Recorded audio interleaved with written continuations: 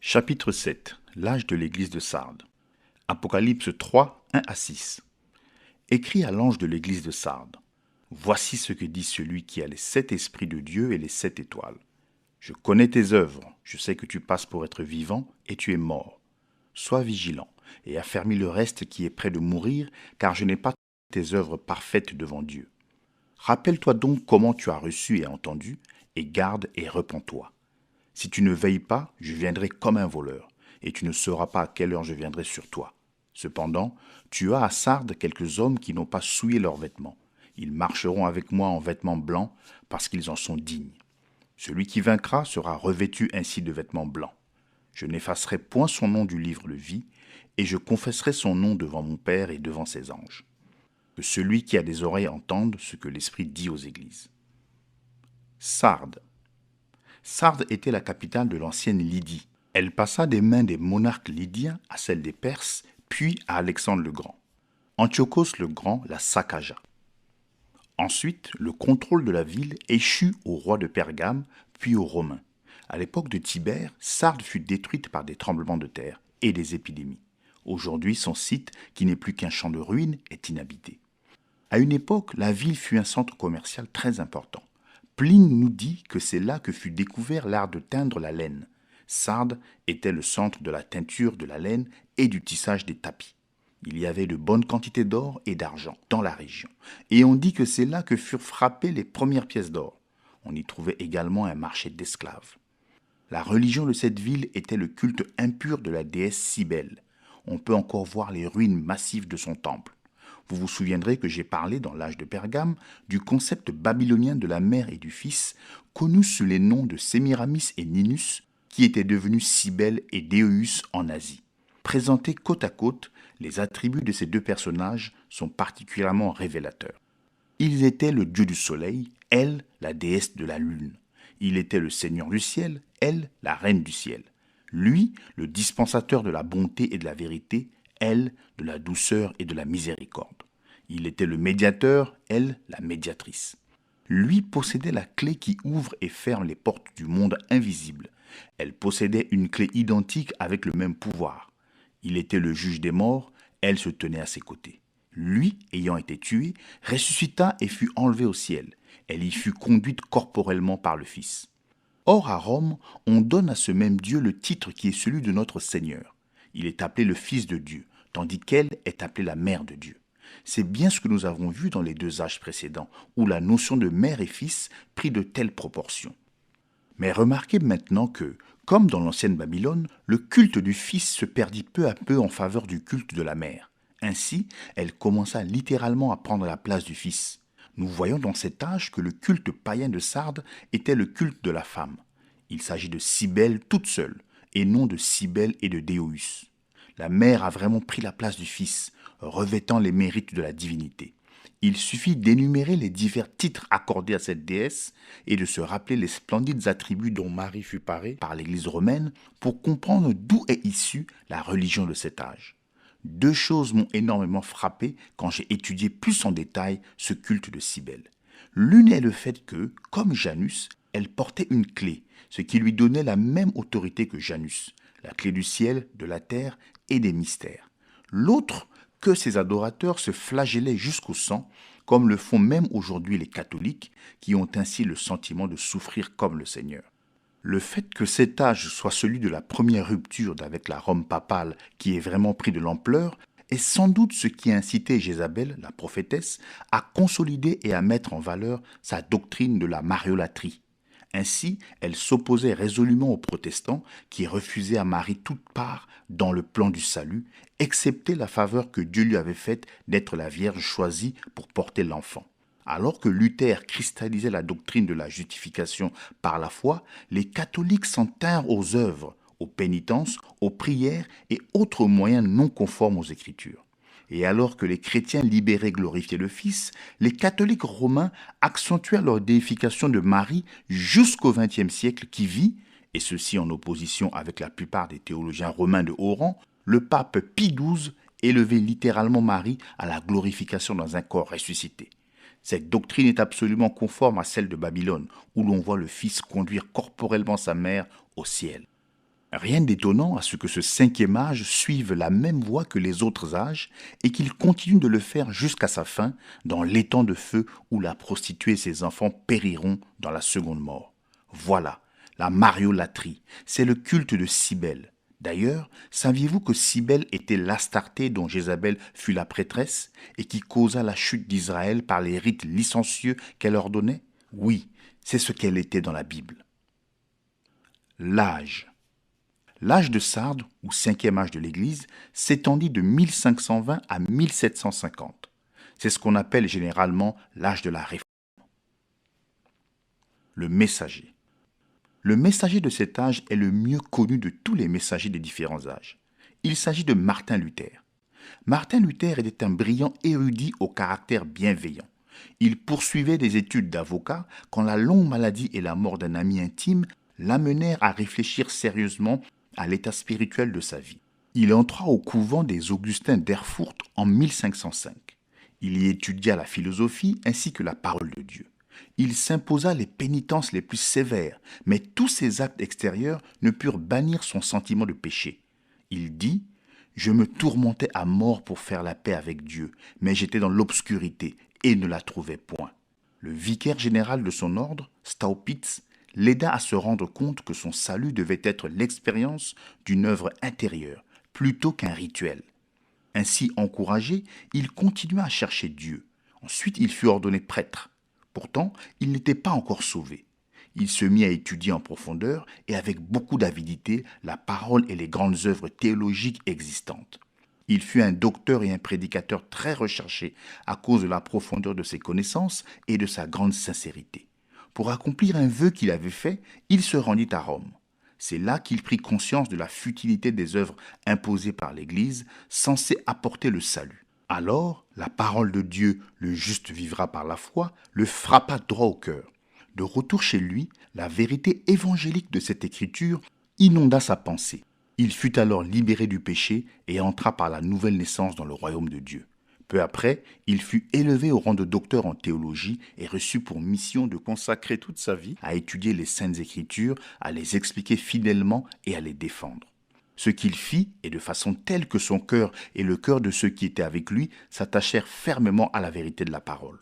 Le conflit éclata bientôt entre la parole et les credos et abus doctrinaires de l'Église. Ainsi, quand Léon X devint pape et que Jean Tetzel se mit à vendre des indulgences pour les péchés, Luther n'eut-il pas d'autre choix que de s'élever contre cet enseignement contraire à l'Écriture. Tout d'abord, il s'y opposa violemment du haut de la chair. Puis il rédigea son écrit mémorable, ses 95 thèses, qu'il afficha à la porte de l'église du château le 31 octobre 1517. En peu de temps, ce fut l'embrasement de toute l'Allemagne par la Réforme. Mais n'oublions pas que Martin Luther n'était pas le seul à avoir protesté contre l'Église catholique romaine. Il y en avait beaucoup d'autres. Certains avaient dénié au pape la puissance spirituelle et temporelle qu'ils s'étaient eux-mêmes attribuée. Et certains papes firent même provisoirement des réformes mineures. Oui, beaucoup d'autres avaient suscité des débats. Mais dans le cas de Luther, le temps établi par Dieu était mûr pour un changement certain à partir duquel l'Église allait être progressivement restaurée jusqu'à une effusion du Saint-Esprit beaucoup plus tard. Or, Martin Luther était lui-même un chrétien sensible, rempli de l'Esprit. Il était véritablement un homme de la parole, non seulement parce qu'il l'étudiait avec une passion profonde, mais encore parce qu'il mit tout son cœur à la rendre accessible à tous pour que tous puissent vivre par elle. Il traduisit le Nouveau Testament et le donna au peuple. Il fit lui-même ce travail ardu, corrigeant un même passage jusqu'à 20 fois. Il réunit autour de lui un groupe de savants versés dans la langue hébraïque, dont certains juifs, et traduisit l'Ancien Testament. Cette œuvre monumentale de Luther reste jusqu'à ce jour la base de toutes les versions ultérieures de la Bible en Allemagne. Il fut un puissant prédicateur et un puissant docteur de la parole. Il défendit avec énergie, dans ses premières années de célébrité surtout, le fait que la parole doit être le seul critère, de sorte qu'il était opposé aux œuvres comme moyen de parvenir au salut et au baptême comme moyen de régénération. Il enseigna que Christ est le seul médiateur, à l'exclusion de tout intermédiaire humain, ce qui est conforme au concept originel de la Pentecôte. C'était un homme qui priait beaucoup, et il avait appris que plus il avait de travail et plus le temps semblait lui manquer, plus il lui fallait consacrer de temps à Dieu en prière, afin d'assurer des résultats satisfaisants.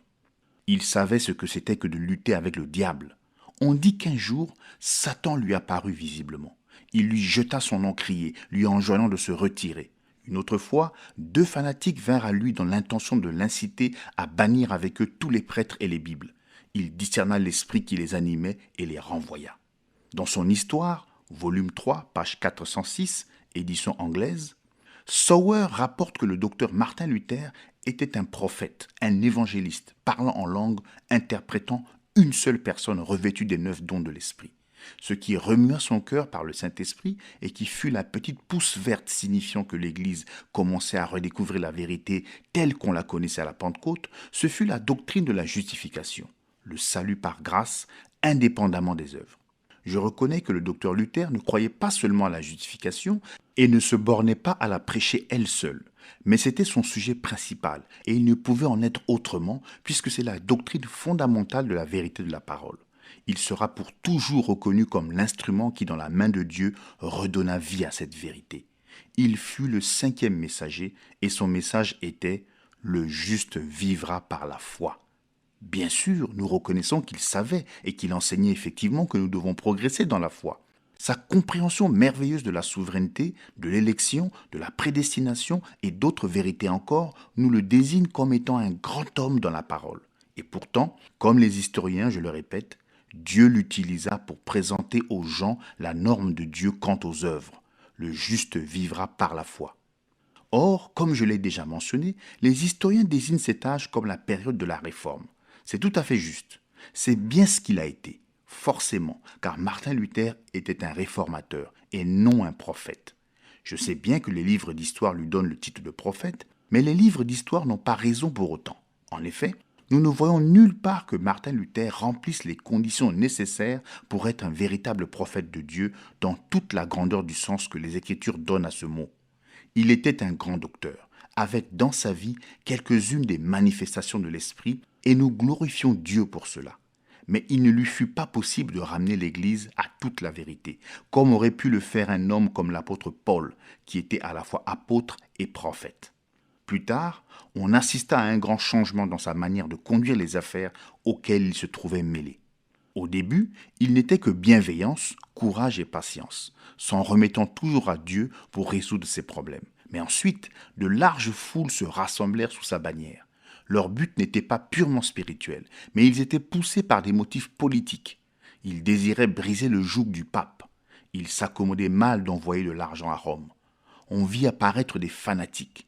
Luther fut bientôt attiré dans des affaires de politique où il eut à prendre des décisions. Tout cela n'ayant en fait aucun rapport avec l'Église, si ce n'est que par ses prières, par la prédication et par sa conduite, l'Église aurait pu donner un exemple à suivre. Ses problèmes politiques en arrivèrent à un point tel qu'il se retrouva dans la position intenable de médiateur entre seigneurs et paysans. Il rendit de si mauvais jugements qu'un soulèvement eut lieu, où des milliers d'hommes furent tués. Ses intentions étaient bonnes, mais quand il se laissa de nouveau empêtrer dans un évangile mêlant l'Église et l'État, il dut récolter la tempête. Malgré tout, Dieu utilisa Martin Luther. N'allons pas l'accuser d'avoir eu de mauvaises intentions. Disons seulement que son jugement a failli. En vérité, si les luthériens pouvaient revenir à son enseignement et servir Dieu comme cet aimable frère le servit, alors ces gens serviraient assurément à l'honneur et à la louange du grand Dieu et Sauveur, Jésus-Christ. La salutation. Apocalypse 3, 1. Voici ce que dit celui qui a les 7 esprits de Dieu et les 7 étoiles. Une fois de plus, comme dans les 4 âges précédents, l'Esprit nous révèle notre bienveillant Seigneur en annonçant ses merveilleux attributs. Cette fois, alors qu'il se tient au milieu de l'Église, nous le voyons comme celui qui a les 7 esprits de Dieu et les 7 étoiles. Nous savons qui sont les 7 étoiles. Il nous reste à identifier les 7 esprits. On trouve cette même expression 4 fois dans l'Apocalypse. Apocalypse 1, 4. De la part des 7 esprits qui sont devant son trône. Apocalypse 3, 1. Voici ce que dit celui qui a les 7 esprits. Apocalypse 4, 5. Du trône sortent des éclairs, des voix et des tonnerres. Devant le trône brûlent 7 lampes ardentes qui sont les 7 esprits de Dieu. Apocalypse 5, 6.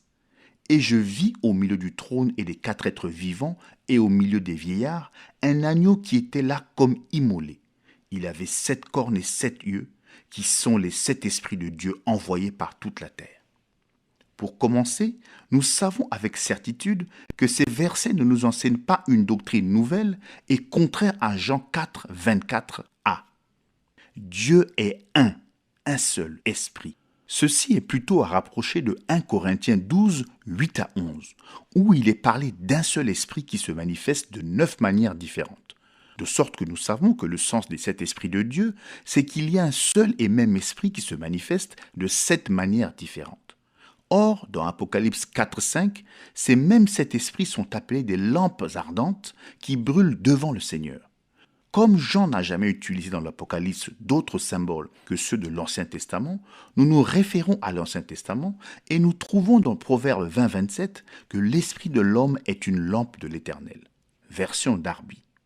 Ces 7 esprits sont donc en rapport avec l'homme. Dans Jean 5, 35, Jean-Baptiste est appelé une lumière qui brûle, d'après la version anglaise du roi Jacques. Et la traduction exacte, en fait, est une lampe qui brûle. Dans Apocalypse 5, 6, les 7 esprits sont aussi désignés comme 7 yeux. Dans Zacharie 4, 10, « Car qui a méprisé le jour des petites choses ? Ils se réjouiront, ces 7-là, et verront le plomb dans la main de Zorobabel. Ce sont là les yeux de l'Éternel. » De toute évidence, ce « il » se rapporte ici à des hommes. Ainsi, dans ce cas, nous voyons que les yeux de l'Éternel sont des hommes oints et remplis du Saint-Esprit bien sûr, car les ministères de Dieu ne peuvent pas s'accomplir par la puissance de l'homme, mais seulement par la puissance du Saint-Esprit.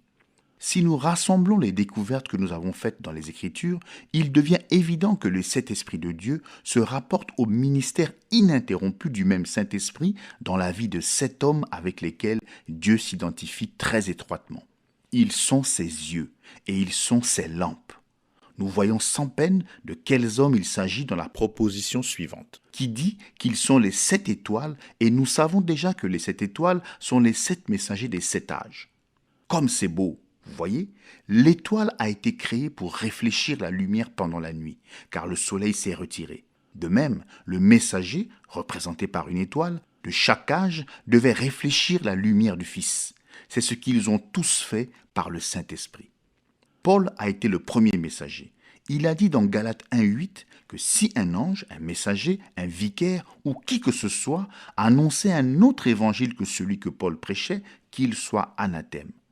Paul savait qu'après son départ, des loups cruels s'introduiraient. Il savait que Satan lui-même peut se déguiser en ange de lumière, à combien plus forte raison ses serviteurs. De sorte qu'il nous met bien en garde en nous disant que cet évangile resterait toujours le même. Or, Paul baptisait au nom de Jésus et il rebaptisait ceux qui avaient été immergés autrement. Il a mis de l'ordre dans l'Église et enseigné l'usage convenable des dons de l'Esprit. Il a confirmé que ces dons resteraient dans l'Église jusqu'au retour de Jésus.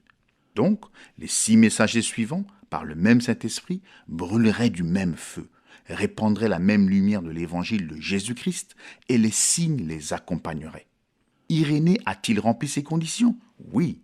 Martin ? Oui. Colomba ? Oui. Martin Luther ? Absolument. Wesley ? Oui, monsieur. Son ministère fut magnifique. Il a même prié pour la guérison de son cheval et il a été exaucé. Nous y voilà. 7 âges de l'Église et 7 messagers semblables. Et Paul a prononcé une malédiction sur quiconque se dirait messager, mais professerait un autre évangile et vivrait dans une autre lumière. Or, ce que je viens de dire concorde-t-il avec le reste de la parole ? Oui. Il est dit dans la parole que quiconque ajouterait ou retrancherait quoi que ce soit à ce livre, Dieu le frapperait des fléaux et le condamnerait. Dieu a dit, je le frapperai des fléaux décrits dans ce livre, ou je retrancherai sa part du livre de vie. Apocalypse 22, 18. Ainsi, nous voyons que les 7 esprits se réfèrent à l'esprit unique de Dieu, accomplissant la volonté et la parole de Dieu dans diverses générations. Je voudrais illustrer cela par des exemples tirés de la parole. L'Esprit de Dieu reposait puissamment sur Élie. Ensuite, le même esprit est venu sur Élisée dans une double mesure. Puis, des siècles plus tard, le même esprit, que nous appelons l'esprit d'Élie pour décrire son ministère, est redescendu, cette fois sur Jean-Baptiste. Un jour, le même esprit, reconnaissable à l'identité de son ministère, descendra sur un homme pour la fin de l'âge de l'Église des nations. L'Écriture dit aussi que Dieu a oint Jésus de Nazareth du Saint-Esprit et de puissance, et qu'il allait, faisant le bien et guérissant tous ceux qui étaient opprimés par le diable.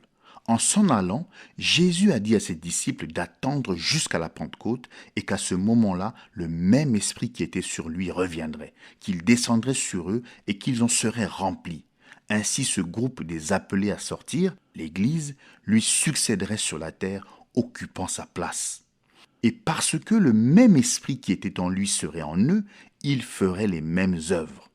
De même, tous ceux qui sont vraiment du corps de Jésus-Christ, la vraie Église, manifesteront les mêmes œuvres que Jésus et l'Église de Pentecôte, parce que le même esprit sera en eux. Toute autre Église qui n'a pas l'esprit et ses manifestations devra en rendre compte à Dieu. Il est aussi dit que ces 7 étoiles, ou les 7 messagers des 7 âges, sont dans sa main. Il les tient. Vous comprenez immédiatement que s'il les tient dans sa main, il les associe à sa puissance. C'est ce que signifie la main. Elle représente la puissance de Dieu et l'autorité de Dieu. Aucun d'entre eux n'est venu par sa propre puissance, ni de sa propre autorité. C'est bien ce que Paul a dit. Aucun homme ne l'oserait. Il faut l'autorité de Dieu et la puissance du Saint-Esprit. L'évangile est prêché par l'autorité de Dieu avec la puissance de l'Esprit. Ces hommes étaient tous revêtus de la puissance du Saint-Esprit. Ils ont tous résisté au monde. Ils le pouvaient, car ils étaient remplis de Dieu. Ils étaient envoyés ou mandatés par Dieu et non par eux-mêmes ou par d'autres hommes.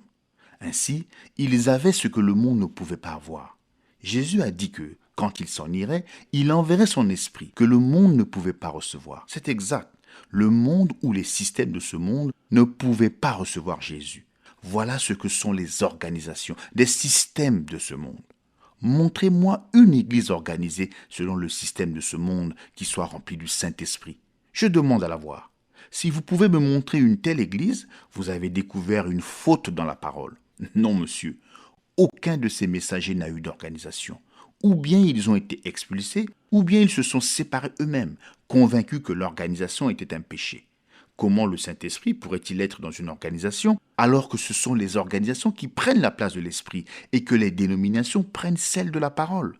Souvenez-vous, organisation égale mort. Il ne peut en être autrement. Quand le monde prend le contrôle, l'Esprit se retire. Oui, l'Esprit n'est pas cet Esprit, mais un seul. Il sera toujours le même et il agira toujours de la même manière. Et les 7 messagers auront le même esprit. Ils enseigneront la même parole et ils posséderont la même puissance. Et si l'Église est la vraie Église, elle aura le même esprit, la même parole, les mêmes manifestations de puissance qu'avait la première Église à la Pentecôte. Elle vivra les expériences d'une Église de Pentecôte. Il y aura le parler en langue, l'interprétation, la prophétie et les guérisons. Dieu sera au milieu d'elle. Dieu se manifestera au milieu d'elle comme il l'a toujours fait. Alléluia. Et elle ne sera pas organisée. Ne l'oubliez pas. Nous voyons donc que Jésus-Christ se révèle tout au long des âges par son esprit dans les messagers.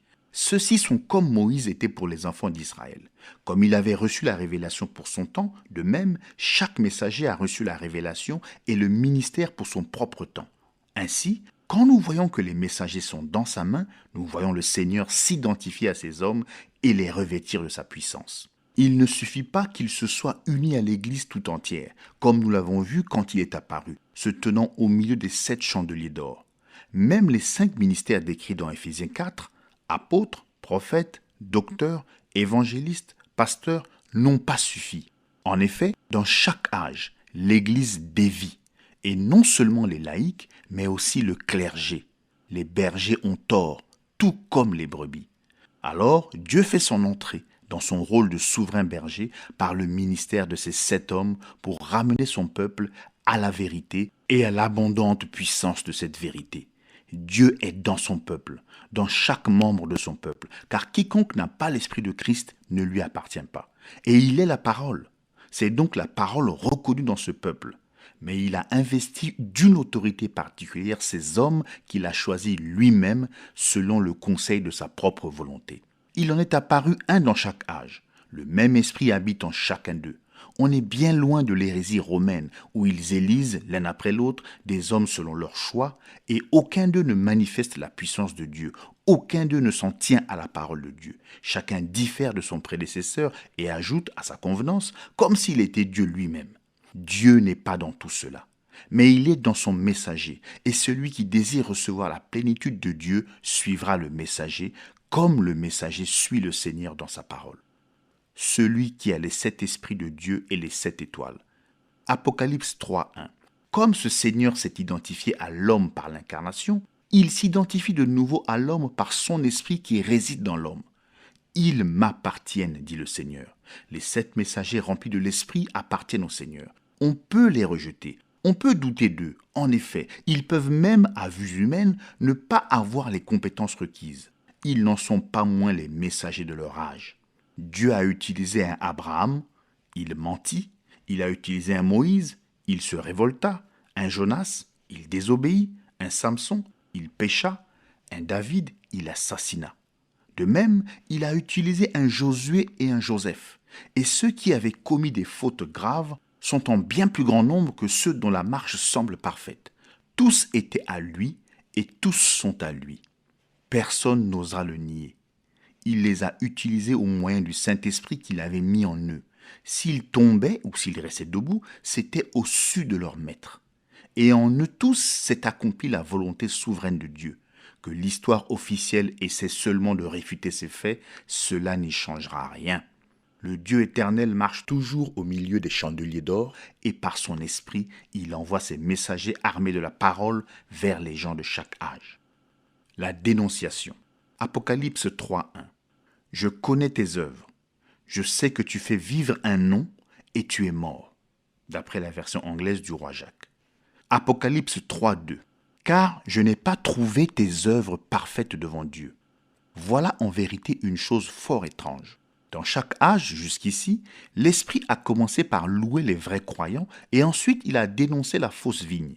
Mais dans cette époque-ci, on néglige le Seigneur et sa parole avec une telle insouciance et un tel mépris que le message entier adressé à ce 5e âge ne contient que des paroles de condamnation. Je connais tes œuvres. Quelles étaient ces œuvres qui étaient connues du Seigneur et qui lui déplaisaient? Eh bien, vous savez que chaque âge s'est prolongé dans l'âge suivant, de sorte que les œuvres du 4e âge se continuaient dans le 5e. Comme vous le savez bien, ces œuvres, c'était 1. D'avoir échangé la conduite du Saint-Esprit contre une hiérarchie humaine. 2. D'avoir déposé la pure parole de Dieu et l'accès pour tous à ses bienfaits gratuits pour la remplacer par des credos, des dogmes, des prescriptions ecclésiastiques, etc. 3. D'avoir rejeté l'adoration en esprit, les dons de l'esprit et tout ce qui fait partie de la vraie communion des saints pour y substituer la liturgie et l'adoration des idoles, les fêtes païennes, etc. 4. D'avoir donné à la mariolâtrie une place de plus en plus grande dans le culte chrétien, à tel point que Marie était élevée au rang de la divinité et que le Fils était abaissé de sa position élevée au-dessus de tous, jusqu'à dépendre d'un homme appelé le pape, lequel se nommait lui-même le vicaire du Christ. Ceux qui combattirent cette terrible église antichrist furent détruits. Ceux qui s'y soumirent furent le jouet de l'église, les rois comme les paysans. Leur vie ne leur appartenait pas, et elle n'appartenait pas à Christ non plus. Ils appartenaient, corps, âme et esprit, à l'église de Rome. Ils parlaient du sang de Christ, et pourtant ils se procuraient le salut par de l'argent et achetaient le pardon de leurs péchés à prix d'or, ou en faisant pénitence. Les plus fortunés d'entre eux trouvèrent la situation fort à leur goût quand le pape Léon X vendit des indulgences pour des péchés non encore commis.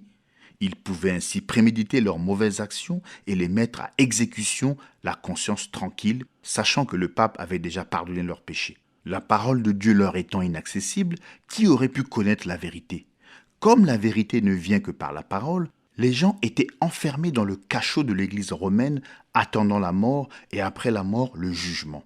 Mais la grande prostituée, ivre du sang des martyrs, avance, titubante et furieuse, donnant aux hommes la mort spirituelle et physique sans se soucier le moins du monde de son jugement. Or, vers la fin du 4e âge, qui est donc aussi le début du 5e, la prise de Constantinople par les Turcs provoqua le départ vers l'ouest des érudits orientaux. lesquels prirent leurs manuscrits grecs avec eux. La parole dans toute sa pureté, ainsi que l'enseignement des vrais croyants, furent ainsi propagés.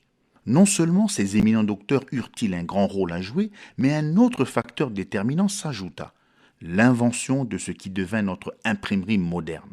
Cette découverte de l'époque facilita la production de livres, ce qui rendit possible de répondre à la forte demande, à la grande soif de connaître la Bible. Dieu suscita de nombreux hommes puissants, et Luther n'était que l'un d'entre eux. Deux autres de ces grandes lampes étaient Calvin et Zwingli, et il y en eut encore bien d'autres, moins connus. Néanmoins, même si tout ceci n'était pas en vain, ces mêmes hommes étaient plutôt une entrave à l'œuvre de Dieu. D'une part, ils ne s'opposaient pas à l'union de l'Église et de l'État, scellée au concile de Nicée. Ils l'appuyaient plutôt. Ils acceptaient que l'État joue le rôle de défenseur de l'Évangile, bien qu'on ne puisse pas appuyer cela sur la parole. Et bien que nous puissions voir la colère de l'homme louant Dieu, par exemple quand Henri VIII appuya la réforme et rejeta l'autorité papale, on était encore bien loin de la vérité de la Pentecôte et de la protection d'un Dieu omnipotent. En dépit de son enseignement constant contre l'ingérence extérieure dans les choses de l'Église locale, Luther ne sut pas libérer l'esprit des hommes de l'idée de l'autorité hiérarchique dans l'Église, avec évêques, archevêques, etc. Ainsi, l'Église fit un pas dans la bonne direction, mais elle ne brisa pas ses chaînes, de sorte qu'elle se retrouva bien vite emprisonnée dans le cachot même d'où elle avait tenté de s'échapper. Pourtant, la coupe des œuvres abominables n'était pas encore pleine. Non seulement les jugements inadéquats de Luther causèrent-ils des affrontements qui entraînèrent la mort d'une multitude de gens, mais encore les partisans de Zwingli persécutèrent le pieux docteur Hubmaier. Ils allèrent jusqu'à le faire emprisonner, et bien qu'eux-mêmes ne le firent pas monter au bûcher, ils furent à vrai dire en grande partie responsables de sa mort par le feu. Calvin lui-même en fit autant, car il exigea l'arrestation de Servet, lequel avait compris et enseigné l'unité de la divinité. L'État fit alors passer ce frère en jugement et l'envoya au bûcher, à la consternation de Calvin. Si jamais une époque s'est caractérisée par le zèle dénominationnel, c'est bien cette tragique période. Les paroles de Comenius s'appliquent bien à cette époque. Comenius écrivit « La seule chose nécessaire ». Il compare le monde à un labyrinthe dont on peut trouver la sortie en abondant dans ce qui est inutile et en choisissant la seule chose nécessaire, Christ. Le grand nombre de docteurs, dit-il, est à l'origine de la foule de sectes pour lesquelles il n'y a bientôt plus assez de noms. Chaque église se considère comme la vraie, ou tout au moins comme la partie la plus pure, la plus fidèle, et elles se persécutent mutuellement avec une haine implacable. Aucune réconciliation mutuelle n'est à espérer de leur part. À l'hostilité, elles répondent par une hostilité sans réconciliation possible. À partir de la Bible, elles forgent leurs divers credos qui leur servent de fortification et de rempart derrière lesquels elles se retranchent et résistent à toute attaque. Je ne dirais pas que ces professions de foi, car nous pouvons admettre qu'elles en sont, dans la plupart des cas, sont mauvaises en elles-mêmes. Elles le deviennent pourtant en ce qu'elles alimentent le feu de l'hostilité. Ce n'est qu'en s'en débarrassant totalement qu'il serait possible de s'atteler à la tâche de guérir les blessures de l'Église. Quelqu'un d'autre appartient à ce labyrinthe de sectes et de confessions diverses, l'amour de la dispute. Qu'en résulte-t-il? Vit-on jamais une dispute entre érudits être conduit à bonne fin? Jamais. Leur nombre n'a fait que croître. Satan est le plus grand sophiste. Ce n'est pas en argumentant sur les mots qu'on le vaincra. Dans le service divin, on entend davantage les paroles des hommes que la parole de Dieu. Chacun bavarde comme il lui plaît, passe son temps en de savantes dissertations ou s'acharne à détruire le point de vue de l'autre. On ne parle guère de la nouvelle naissance, de la manière par laquelle un homme doit être changé pour être semblable à Christ, afin de devenir participant de la nature divine. 2 Pierre 1,4. Du pouvoir que l'Église avait reçu par les clés, il ne lui reste que celui de délier, car elle a presque perdu le pouvoir de lier. Les sacrements nous ont été donnés comme les symboles de l'unité, de l'amour et de notre vie en Christ. On en a fait l'occasion des plus amers conflits, une cause de haine mutuelle, le centre du sectarisme. En bref, la chrétienté est devenue un labyrinthe. On a divisé la foi en des milliers de petites parties et si vous rejetez l'une d'entre elles, vous êtes considéré comme un hérétique. Que faut-il faire? La seule chose nécessaire, retourner à Christ. Regardez Christ comme le seul chef et marcher dans l'empreinte de ses pas, abandonnant toutes les autres voies, jusqu'à ce que nous ayons tous atteint le but et que nous soyons parvenus à l'unité de la foi. Éphésiens 4,13. De même que le Maître céleste a tout construit sur le fondement des Écritures, ainsi devrions-nous abandonner toutes les particularités qui distinguent nos diverses confessions et nous satisfaire de la parole de Dieu révélée qui nous appartient à tous. Bible en main, nous devrions nous écrier « Je crois ce que Dieu a révélé dans ce livre, j'obéirai à ses commandements dans un esprit de soumission, je mets mon espoir en ses promesses. » Chrétiens, écoutez, il n'y a qu'une vie, mais la mort vient sur nous sous 1000 déguisements. Il n'y a qu'un Christ, mais 1000 antichrists. Tu sais donc, ô chrétienté, quelle est la seule chose nécessaire. Ou tu retournes à Christ, ou tu vas à la destruction comme l'antichrist. Si tu es sage et que tu veux vivre, suis le maître de la vie. Mais vous, chrétiens, réjouissez-vous d'avoir été élevés. Écoutez les paroles de votre chef céleste. Venez à moi, répondez d'une même voix, oui, nous venons. Je viens de dire que cette époque a vu une croissance démesurée de l'esprit dénominationnel. Si jamais l'attitude des Corinthiens, je suis de Paul, moi de Céphas, s'est affirmée, c'est bien à cette époque-là. Il y avait les luthériens, les hussites, le parti de Zwingli, etc. C'était une pitoyable fragmentation du corps. Ils faisaient vivre un nom, mais ils étaient morts. Bien sûr qu'ils étaient morts. Dès qu'ils se sont organisés, ils sont morts. Les grands groupes se sont organisés et se sont liés par mariage avec l'État. Il n'en fallait pas plus. Ils étaient finis. Il y avait là ces luthériens qui avaient critiqué l'Église romaine. Ils savaient qu'il n'était pas juste d'unir la politique aux choses spirituelles. Et pourtant Luther, faisant comme Pierre qui s'était laissé influencer par les judaïsants, s'est engagé tête baissée et a confié la défense de la foi à l'État et non à Dieu. C'était la première des grandes dénominations à sortir de la prostituée, mais peu de temps après la mort de Luther, elle avait une hiérarchie semblable à celle qu'elle avait combattue. Dès la deuxième génération, ce mouvement suscité par Dieu était déjà retourné sous l'aile de sa mère. L'Église avait fait un retour en arrière et elle ne le savait même pas. Ils avaient mis leur propre nom au-dessus de son nom. Ils faisaient vivre leur propre nom. Et aujourd'hui, toutes les dénominations font exactement la même chose. Elles font vivre leur propre nom et non pas le nom du Seigneur Jésus-Christ. On le constate facilement, car chaque église se distingue par la manière dont elle rend son culte, mais aucune ne se fait reconnaître par la puissance de Dieu. Voilà le critère. Je désire que vous remarquiez ici que les signes et les prodiges n'ont pas été manifestés parmi eux en ce temps-là.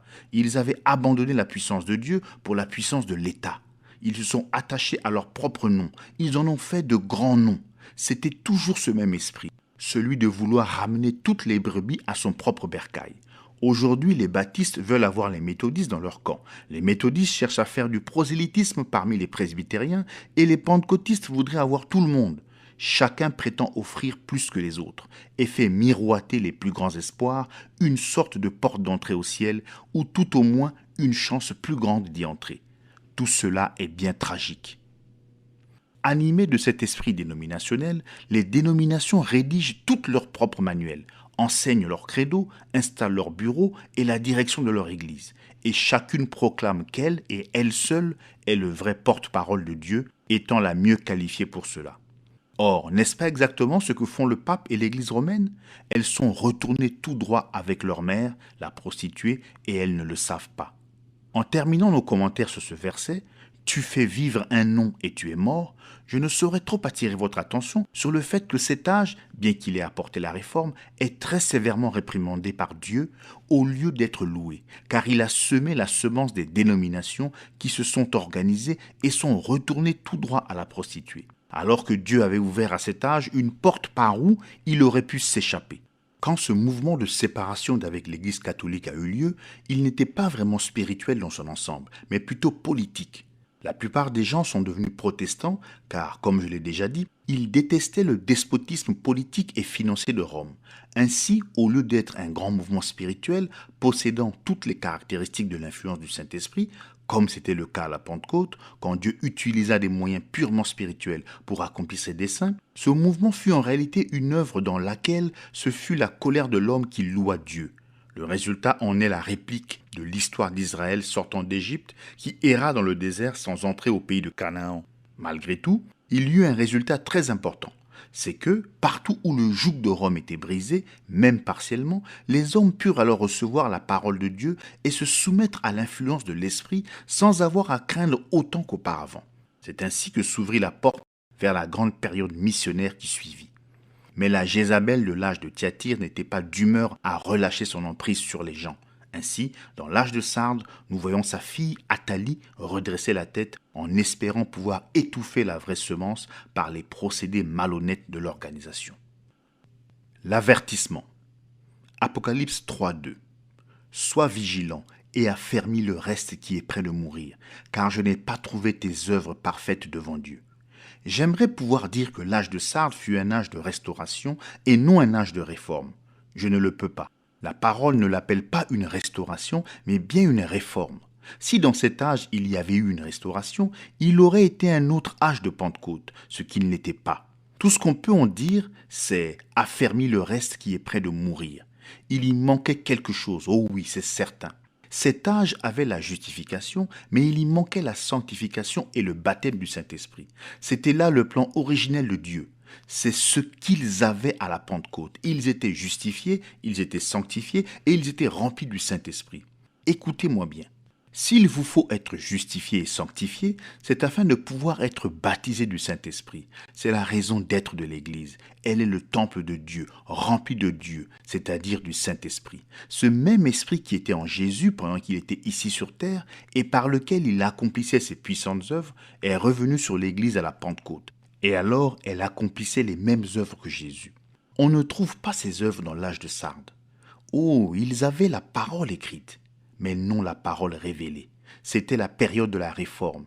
Mais ne crains point, petit troupeau. Dieu a dit, je restaurerai. Et cette réforme allait être le point de départ de cette restauration.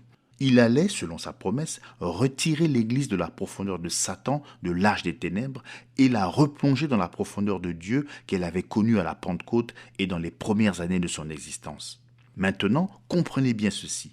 Dans le second verset que j'ai lu, il est dit « Car je n'ai pas trouvé tes œuvres parfaites devant Dieu ». Savez-vous ce que signifie réellement cette expression « pas parfaite » ? Cela veut dire inachevé. Cet âge était un âge inachevé. Ce n'était que le début du retour à la Pentecôte. C'est pourquoi j'ai dit que la Bible l'appelle réforme et non restauration. La réforme a commencé par la doctrine de la justification, montrant que le salut vient de Dieu seul. Oh, combien Luther a prêché la souveraineté de Dieu et l'élection. Il savait que tout venait de la grâce.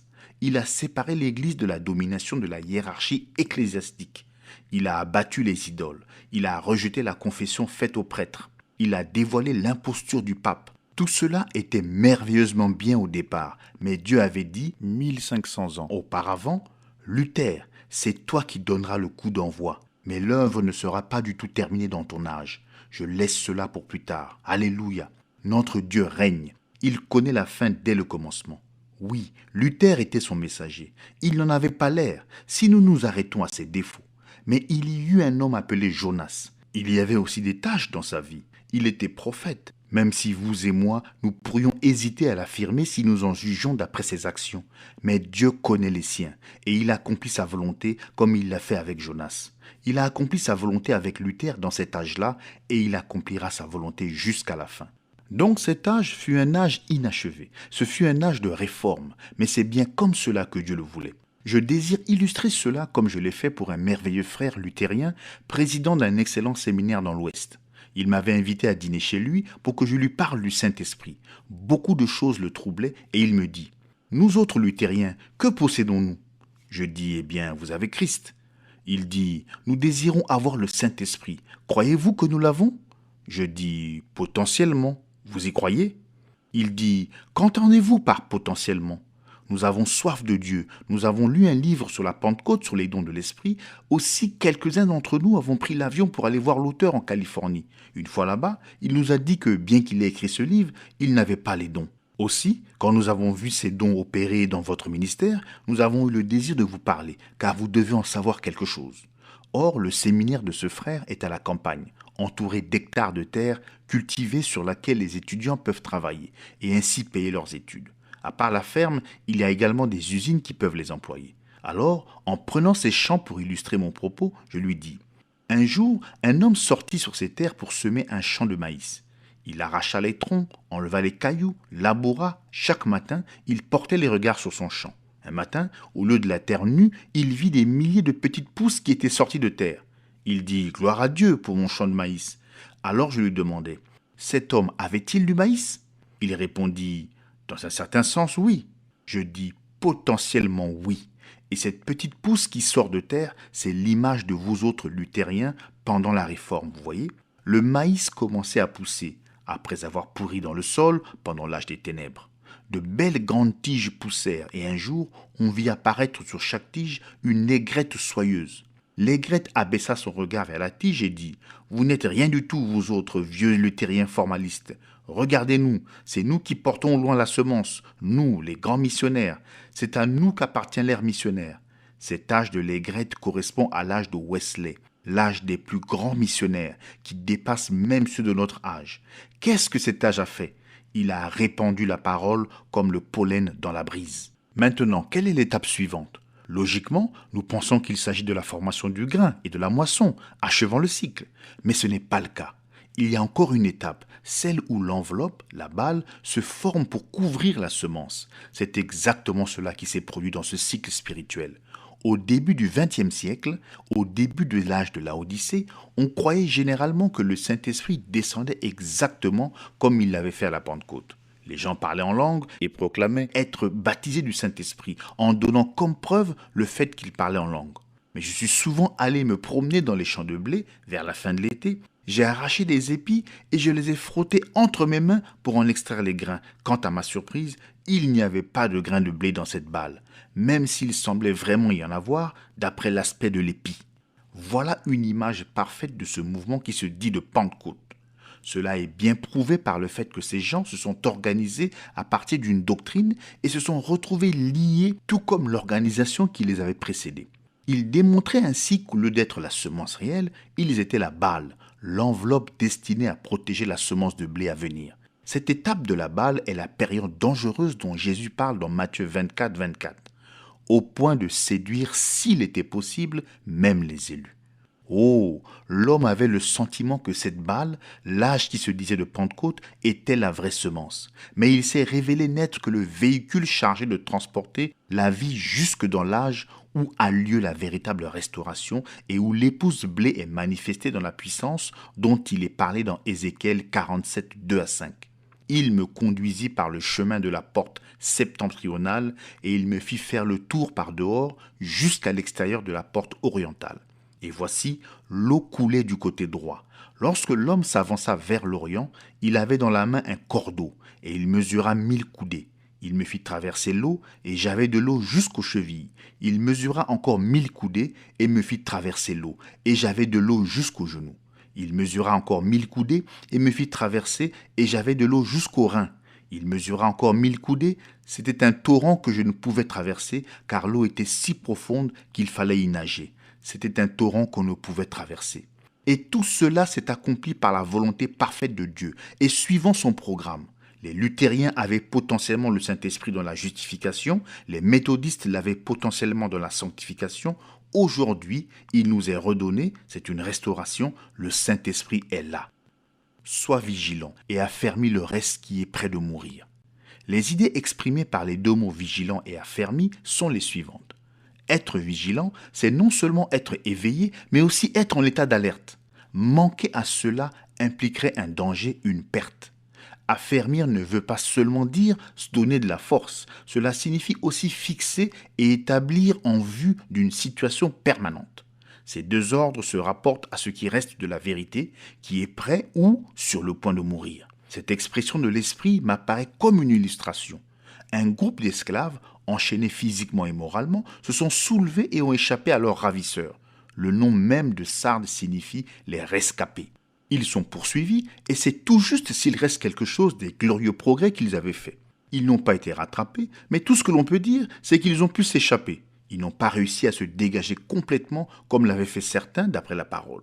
Ils ont perdu la plupart de leur liberté. Aussi, le Seigneur dit-il, vous êtes potentiellement retournés en captivité. Prenez garde de ne pas y retourner réellement. Pour éviter de retourner en captivité, soyez en état d'alerte et restez toujours vigilant pour les choses qui concernent votre captivité. Sinon, vous perdrez tout. Affermissez-vous sans tarder dans ce qui vous reste pour assurer d'une manière permanente ce que vous avez déjà et éviter ainsi d'autres pertes. C'est pour vous l'occasion d'achever ce que vous n'avez pas encore achevé. Mais sont-ils allés de l'avant? Non, monsieur.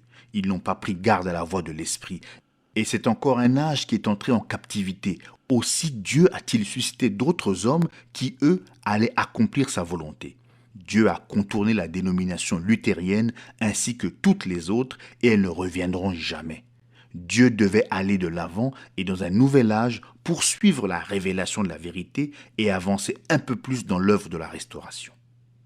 Le jugement. Apocalypse 3:3. Rappelle-toi donc comment tu as reçu et entendu, et garde et repens-toi. Si tu ne veilles pas, je viendrai comme un voleur, et tu ne sauras pas à quelle heure je viendrai sur toi. Je veux vous lire une autre traduction de ce verset.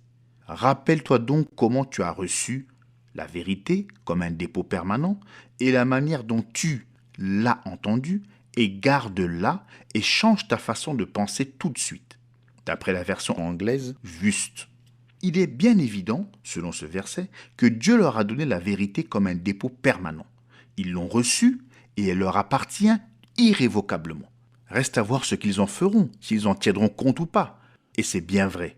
Ils avaient reçu la vérité fondamentale de tout l'Évangile. Le juste vivra par la foi. Le salut vient de l'Éternel. Ils avaient entendu la vérité de la Bible, qui démolissait les doctrines de Rome et anéantissait toute l'autorité du pape. Ils connaissaient cette vérité que l'Église ne sauve pas. Ils avaient compris le souper du Seigneur. Ils avaient la lumière au sujet du baptême d'eau. Ils enlevaient les statues. La vérité? Mais jamais il y eut un âge où tant d'hommes pouvaient répandre autant de lumière. Ils avaient reçu assez de lumière pour pouvoir remanier complètement l'ancien système ou pour prendre un nouveau départ en se laissant conduire par Dieu, règle sur règle, précepte sur précepte. Ils avaient reçu la vérité. Ils la désiraient et ils l'avaient entendue. Mais reste à savoir comment ils l'avaient entendue. L'avaient-ils entendue comme le fondement de leur édifice ou bien, attitude qui avait été courante chez les Grecs, comme un sujet de discussion théorique? De toute évidence, on écoutait la riche parole de vérité comme un discours académique plutôt que pour la mettre en pratique puisque Dieu exigeait d'eux un changement de leur façon de penser. S'il s'agit réellement de la parole de Dieu, ce qui est bien le cas, alors on doit y obéir. En n'y obéissant pas, on s'attire le jugement. Quand les gardes du temple sacré étaient surpris à dormir, on les battait et leurs vêtements étaient brûlés. Que fera le Seigneur à ceux de cet âge qui ont relâché leur vigilance? Je viendrai sur toi comme un voleur. L'ancienne Sarde était constamment harcelée par les bandits qui venaient des montagnes et se livraient au pillage. Ils étaient donc particulièrement bien placés pour comprendre ce que l'Esprit entendait par là, quand il disait que le Seigneur viendrait comme un voleur. Ce n'est qu'en restant vigilant et en se préparant qu'on peut être prêt pour sa venue. Or, nous savons que c'est là un message pour la fausse vigne, car la venue du Seigneur se fera comme c'est arrivé du temps de Noé. Les 8 qui furent sauvés étaient bien conscients du déluge qui arrivait. Comme ils en étaient conscients, ils s'étaient préparés et ils ont été sauvés. Mais le monde des impies a été balayé par les flots. Étant en contact au quotidien avec les justes, ils avaient entendu la vérité, mais ils s'en sont détournés jusqu'à ce qu'il soit trop tard. Les hommes tout à fait charnels de cette époque reculée préfigurent les chrétiens de nom d'aujourd'hui, dont la vie est remplie des choses terrestres et qui prennent un tel plaisir dans ces choses qu'ils n'ont aucun désir des choses spirituelles. Ils ne sont pas du tout conscients de l'avènement du Seigneur et n'y sont pas préparés. Éloge. Apocalypse 3:4. Toutefois, tu as quelques noms à Sardes qui n'ont pas souillé leurs vêtements. Et ils marcheront avec moi en vêtements blancs, car ils en sont dignes. Version Darby. Le mot « nom » veut bien sûr dire personne, comme dans Acte 1:15 où, en parlant de ceux qui étaient dans la chambre haute, il est dit « La foule des noms qui étaient réunis était d'environ 120. » Pour moi, cependant, le sens dépasse largement celui de personne. Il fait ressortir cette vérité qui est présentée dans chaque âge et dont notre Seigneur nous parle avec tant d'insistance. Il s'agit de ceci. Le système ecclésiastique de ces âges est composé de 2 vignes, la vraie et la fausse. Dieu, selon son dessein souverain, les a réunies toutes les 2, les appelant l'Église. Voyez comme il les a réprimandées dans cet âge en disant « à l'Église qui est », non pas aux églises qui sont, à Sardes, mais les réunissant en une seule, l'Église qui est. Je connais tes œuvres, tu es mort, tes œuvres sont inachevées. Puis il continue, tu, cette église de Sardes, a quelques personnes qui sont dans le vrai, contrairement à la majorité des gens qui sont dans l'erreur. Ils marchent avec des vêtements propres et ils sont dignes de moi. Or, ces gens qui étaient les vrais saints de Dieu marchaient de manière à être entièrement agréables au Seigneur. Leurs vêtements étaient propres. Voyez-vous, en ce temps-là, les vêtements descendaient jusqu'au sol, ramassant la poussière et se souillant. Ces gens-là prenaient garde à leurs pas et n'étaient donc pas corrompus par le monde. Ils étaient dans l'esprit et ils marchaient selon l'esprit. Ils étaient saints et irrépréhensibles devant lui. Ils accomplissaient ainsi le dessein pour lequel ils étaient là, car d'après Éphésiens 1,4, le dessein de Dieu, c'est que nous soyons saints et irrépréhensibles devant lui. Par ce verset qui montre que les élus de Dieu ne sont que quelques noms, vous voyez nettement ce que nous avons enseigné au sujet de cet âge. C'était un âge chaotique, un âge inachevé, un âge de scission de toutes sortes, et Dieu le réprimande presque son ensemble. C'était un âge faible, malade, près de mourir. Ce n'était pas l'ère glorieuse que veulent en faire certains historiens protestants qui suivent les idées de la chair. Au premier regard, cet arbre apparaît gangréné, malade, sans feuilles, aux fruits rares, difformes, véreux et tombant à terre trop tôt. Mais attendez, regardez mieux. Tout en haut, là où le soleil donne toute sa lumière, il y avait quelques prémices, ces quelques noms, parfaits en lui, car ils étaient nés de lui, remplis de lui, et ils marchaient avec lui par sa parole. Dieu soit loué pour ces quelques noms. Et ils marcheront avec moi. Voilà ce que Dieu lui-même dit qu'il leur accordera, à cause de leur marche intègre. C'est une partie de l'héritage qu'il leur a réservé. S'ils acceptaient de marcher avec lui à travers les difficultés et au milieu des pièges de la vie pour lui faire honneur, alors il allait les récompenser. Il n'oublie pas notre travail d'amour. Dieu récompensera toujours les efforts que nous faisons pour lui plaire. Oui, ils avaient passé dans le monde sans y prendre part. Ils ne s'étaient pas laissés enlacer par les systèmes de ce monde. Alors que les personnages illustres de cet âge avaient cédé aux flatteries de l'État et choisi les voies de la politique plutôt que celles de l'esprit, ce qui allait les ramener dans le monde, ces quelques hommes prenaient le parti de la parole de Dieu et honoraient ainsi le Seigneur. Le Seigneur allait maintenant les honorer en retour. En effet, ils marcheront avec lui en vêtements blancs. Ils s'étaient identifiés à lui sur terre et lui allait maintenant s'identifier à eux dans la nouvelle Jérusalem. Et cette identification sera absolument merveilleuse. Je m'en réjouis et pourtant j'ai les larmes aux yeux en pensant à sa condescendance, car remarquez que son vêtement n'est pas d'une autre couleur que celui des saints, comme ce serait le cas pour un chef terrestre. Non, ils sont semblables à lui, il est semblable à eux. Ils sont semblables à lui, comme le dit Jean, car ils le voient tel qu'il est. Car ils en sont dignes. Comprenez-vous bien qui dit ceci? C'est Jésus lui-même, celui qui est digne. Lui seul a été reconnu digne de prendre le livre de la main de celui qui est assis sur le trône. Et maintenant, celui-là même qui est digne dit à ses saints, vous êtes dignes. Le voilà, lui, le seul qui soit qualifié pour juger. En effet, tout jugement est remis entre ses mains, et il dit « Vous êtes dignes ». Ces paroles sont aussi stupéfiantes que celles de Romains 8, 33. « Dieu me déclare juste », d'après la version anglaise Way. Là, dans la blanche lumière de la justice de Dieu, écoutez la douce voix de Jésus dire « Ceux-ci m'appartiennent, ils sont justes, ils sont dignes, ils marcheront avec moi en vêtements blancs. » La promesse à celui qui vaincra. Apocalypse 3,5. Celui qui vaincra sera revêtu ainsi de vêtements blancs. Je n'effacerai point son nom du livre de vie, et je confesserai son nom devant mon Père et devant ses saints anges. Celui qui vaincra sera revêtu ainsi de vêtements blancs. Ce verset est en fait une répétition du verset 4 qui fait allusion aux quelques hommes qui n'ont pas souillé leurs vêtements. Il y a bien des années, on employait un dicton, sans doute tiré de ce verset. Il disait « Gardez vos vêtements propres », ce qui voulait dire « Ne vous engagez pas dans des choses douteuses ». D'autres le feront et vous pourriez être tenté de vous y engager, ou quelqu'un pourrait même essayer de vous impliquer, mais restez en dehors de tout cela et prenez une route qui vous en éloigne. Or, Dieu récompensera ceux qui suivent ce conseil. Ils seront vêtus de blanc, tout comme lui est vêtu de blanc. Pierre, Jacques et Jean l'ont vu sur la montagne de la Transfiguration. Ses vêtements étaient blancs comme la lumière. Voilà comment les saints seront vêtus. Leurs vêtements resplendiront d'une blancheur immaculée. Vous savez que nous vivons au temps de la fin. C'est dans cet âge que les églises vont se réunir. Et de même qu'elles sont actuellement au levier de commande de la politique mondiale, elles auront bientôt en main les finances du monde. À ce moment-là, si vous n'appartenez pas à l'Organisation mondiale des églises, vous ne pourrez plus acheter ni vendre. Vous perdrez tout. Ceux qui restent fidèles à Dieu et qui se gardent de souiller leurs vêtements au contact du système mondial des églises seront dépossédés de leurs biens. Ils seront fortement tentés de céder. Des prédicateurs céderont avec l'excuse de servir Dieu à l'intérieur de la structure du système antichrist de la bête. Ils se laisseront flatter et amadouer par la hiérarchie, et les gens suivront ces faux bergers jusqu'à l'abattoir. Mais au jugement, ils seront tous trouvés nus. Ils ne recevront pas ses vêtements blancs, et ils ne marcheront pas avec lui. Vous ne pouvez pas marcher la main dans la main avec le diable dans les vêtements souillés du monde et compter être ensuite avec Dieu.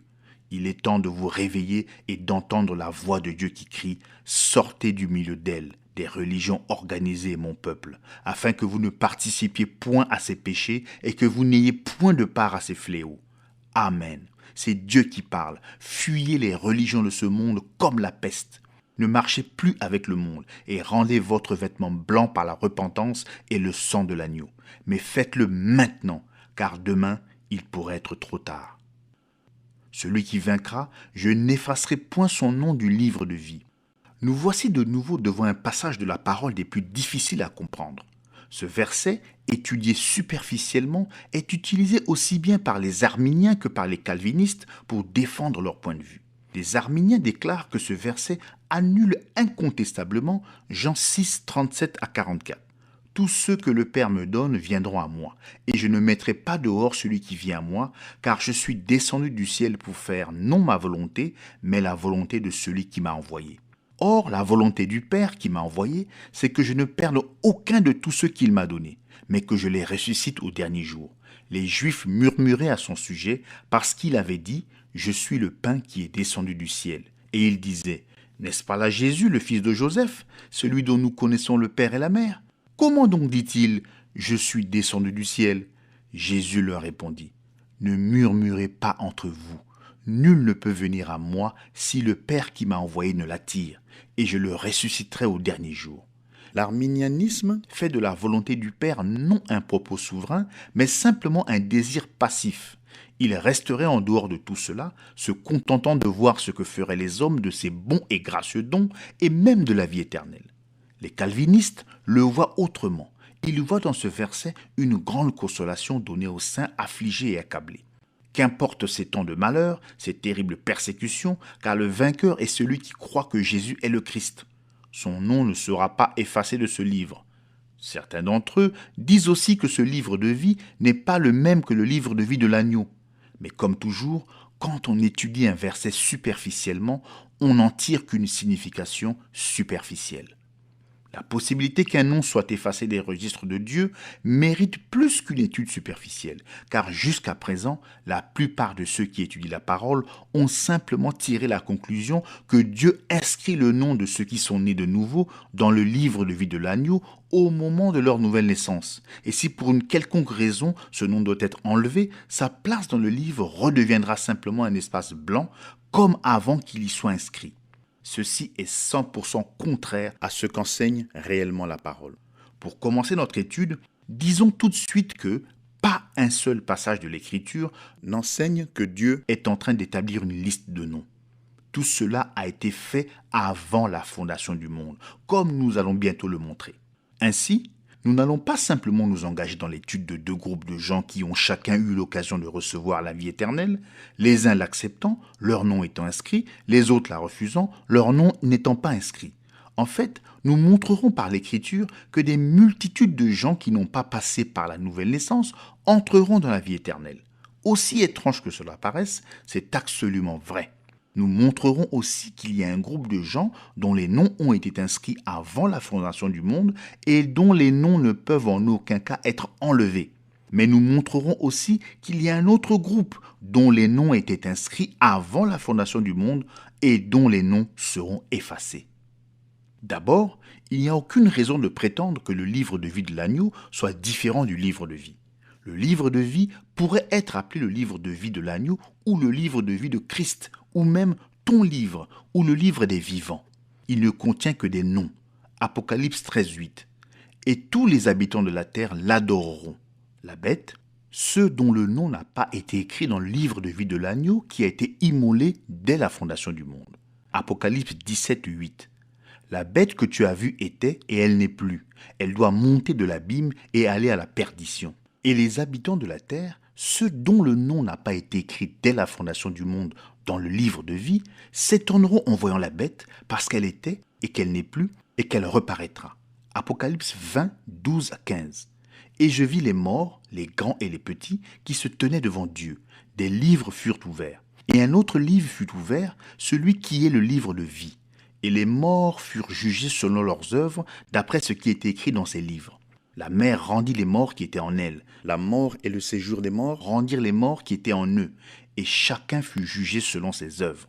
Et la mort et le séjour des morts furent jetés dans l'étang de feu. C'est la seconde mort. Quiconque ne fut pas trouvé écrit dans le livre de vie fut jeté dans l'étang de feu. Vous voyez que même si d'autres livres sont mentionnés, on ne parle jamais que d'un seul livre contenant des noms. Dans l'Apocalypse, il est appelé le livre de vie de l'agneau ou le livre de vie. Où donc se trouve ce livre? Luc 10, 17, 24. Les 70 revinrent avec joie, disant « Seigneur, les démons même nous sont soumis en ton nom. » Jésus leur dit « Je voyais Satan tomber du ciel comme un éclair.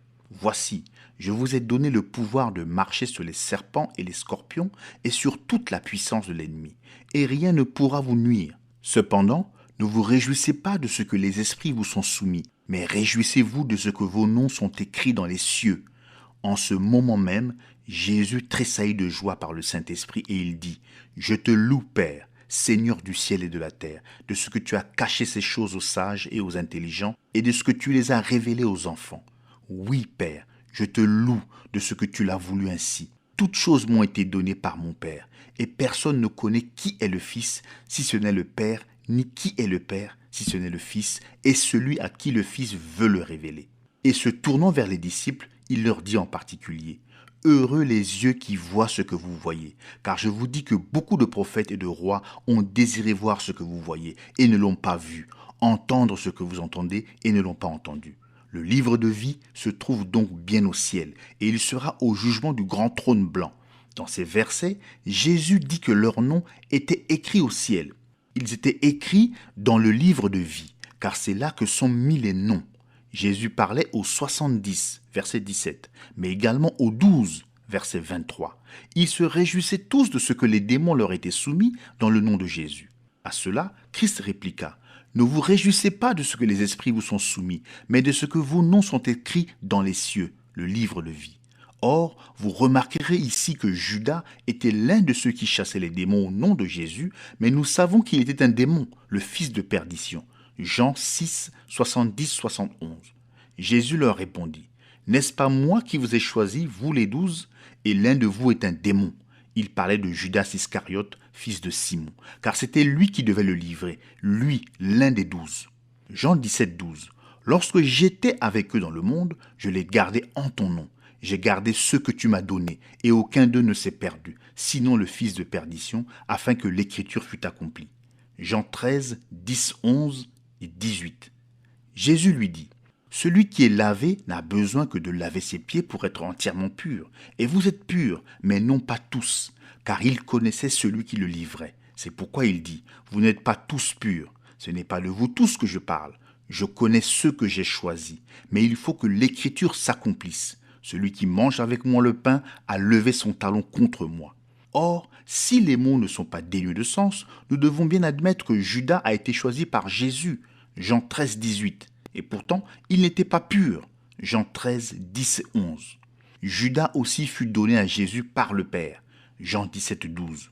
Notons ici que le choix et le don ont un parallèle exact dans l'illustration de Moïse et Pharaon, et de Jacob et Ésaü. Car bien que Ésaü et Pharaon aient été tous les deux connus d'avance, ils étaient prédestinés à la colère, alors que Moïse et Jacob étaient prédestinés à la glorification. 1 Pierre 2, 8, 9a nous montre les réprouvés et les élus.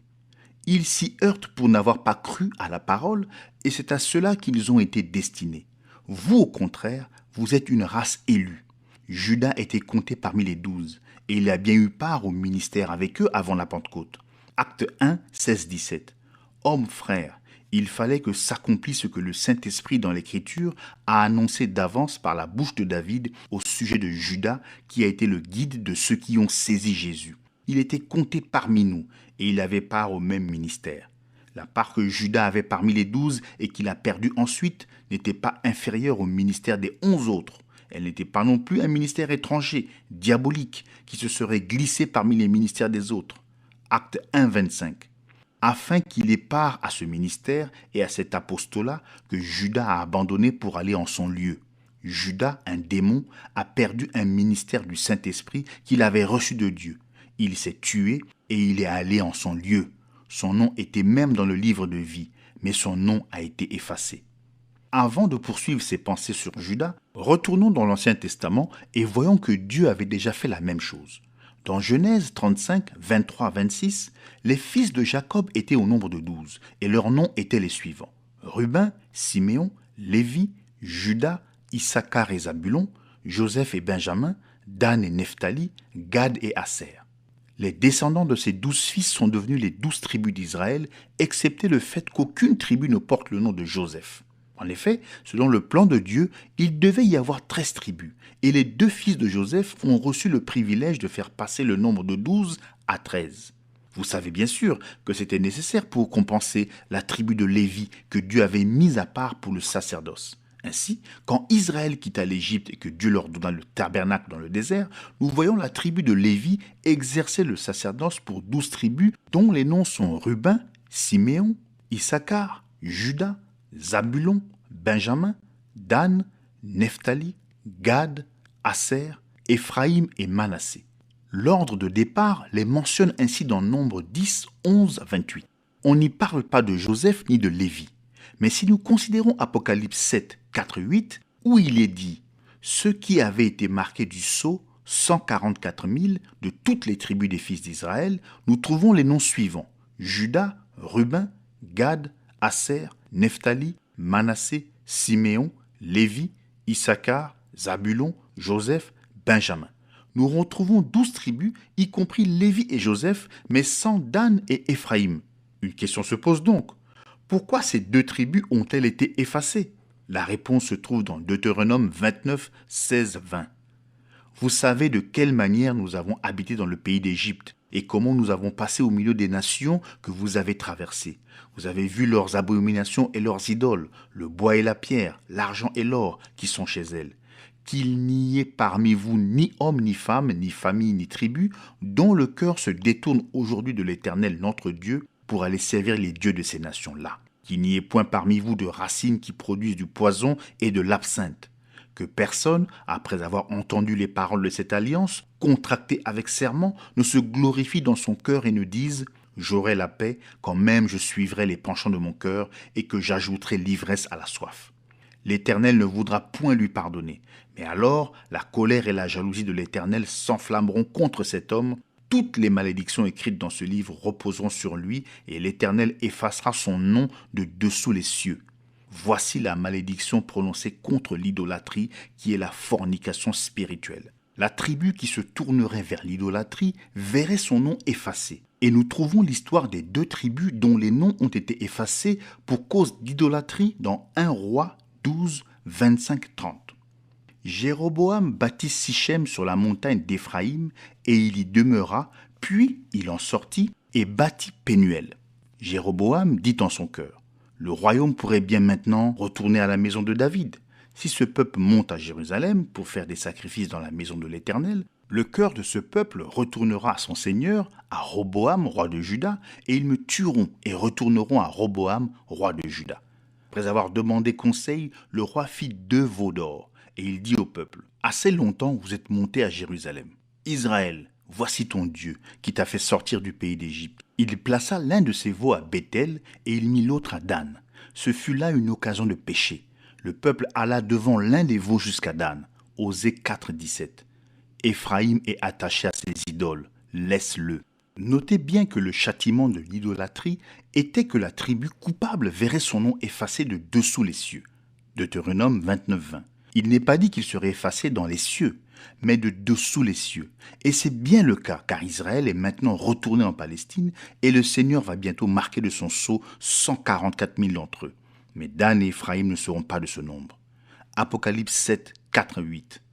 Et j'entendis le nombre de ceux qui avaient été marqués du sceau, 144 000, de toutes les tribus des fils d'Israël. De la tribu de Juda, 12 000 marqués du sceau. De la tribu de Ruben, 12 000. De la tribu de Gad, 12 000. De la tribu d'Asser, 12 000. De la tribu de Nephtali, 12 000. De la tribu de Manassé, 12 000. De la tribu de Siméon, 12 000. De la tribu de Lévi, 12 000. De la tribu d'Issachar, 12 000. De la tribu de Zabulon, 12 000. De la tribu de Joseph, 12 000. De la tribu de Benjamin, 12 000 marqués du sceau. Notez l'absence de Dan et d'Éphraïm. Avec ceci, voyez également Daniel 12.1, qui se rapporte à ces 144 000 qui sont marqués du sceau au moment du 6e sceau, pendant la période de la grande tribulation ou de la détresse de Jacob. En ce temps-là se lèvera Michael, le grand chef, le défenseur des enfants de ton peuple, et ce sera une époque de détresse, telle qu'il n'y en a point eu depuis que les nations existent jusqu'à cette époque. En ce temps-là, ceux de ton peuple qui seront trouvés inscrits dans le livre seront sauvés. Pourtant, après cette période de tribulation, pendant le millénium, comme on peut le voir dans Ézéchiel 48, 1, 8 et 22 à 29, nous voyons les tribus rétablies selon l'ordre divin. Mais dès l'instant où Éphraïm et Dan se sont attachés aux idoles, elles sont mortes et elles ont cessé d'exister en tant que tribus. Je suis d'accord que, depuis la destruction de Jérusalem, tous les documents concernant les tribus ont disparu, de sorte que plus personne ne peut dire avec certitude de quelle tribu il est issu. Mais Dieu le sait. Ce grand Dieu qui ramène Israël en Palestine sait exactement de quelle tribu vient chaque Israélite véritable. Dan et Éphraïm ne feront pas partie des 144 000 qui seront rassemblés. Voici les tribus d'Israël. Ézéchiel 48, 1, 8 et 22, 29. Voici les noms des tribus. Depuis l'extrémité septentrionale, le long du chemin de Hétlon à Hamath, Hatzar et Non, la frontière de Damas au nord vers Hamath, de l'Orient à l'Occident. Dan, une tribu. Sur la limite de Dan, de l'Orient à l'Occident, Asser, une tribu. Sur la limite d'Asser, de l'Orient à l'Occident, Nephtali, une tribu. Sur la limite de Nephtali, de l'Orient à l'Occident, Manassé, une tribu. Sur la limite de Manassé, de l'Orient à l'Occident, Éphraïm, une tribu. Sur la limite d'Éphraïm, de l'Orient à l'Occident, Ruben, une tribu. Sur la limite de Ruben, de l'Orient à l'Occident, Juda, une tribu. Sur la frontière de Juda, de l'Orient à l'Occident, etc. Ainsi, ce qui appartiendra au prince sera l'espace compris depuis la propriété des Lévites et depuis la propriété de la ville. Ce qui sera entre la limite de Juda et la limite de Benjamin appartiendra au prince. Voici les autres tribus. De l'Orient à l'Occident, Benjamin, une tribu. Sur la limite de Benjamin, de l'Orient à l'Occident, Siméon, une tribu. Sur la limite de Siméon, de l'Orient à l'Occident, Issachar, une tribu. Sur la limite d'Issachar, de l'Orient à l'Occident, Zabulon, une tribu. Sur la limite de Zabulon, de l'Orient à l'Occident, Gad, une tribu. Sur la limite de Gad, du côté méridional au midi, etc. Nous pourrions encore prendre comme illustration l'histoire du départ d'Israël du pays d'Égypte pour se rendre au pays de Canaan. Le but de Dieu dans cet âge-là était de faire sortir Israël d'un pays et de le faire entrer dans un autre pour qu'il le serve. Ainsi, en quittant l'Égypte, ils sont tous sortis sous le sang de l'agneau du sacrifice. Ils sont tous passés par les eaux du baptême dans la mer Rouge, ils ont tous bénéficié des grands miracles, tous mangé de la manne, tous bu l'eau du rocher, et pour ce qui est des bénédictions et des manifestations visibles et extérieures, ils y avaient tous part dans la même mesure. Mais quand ils sont arrivés à Moab, tous ceux qui se sont joints à la fête en l'honneur de Baal-Péor sont morts. Leurs cadavres sont tombés dans le désert, car c'est là qu'ils avaient refusé la parole de Dieu et s'en étaient détournés. C'est de cela que parle Hébreux 6, 1, 9. Ce que nous avons fait ressortir avec tant de soin dans l'âge de Pergame. On ne peut pas prendre une partie seulement de la parole, il faut prendre toute la parole.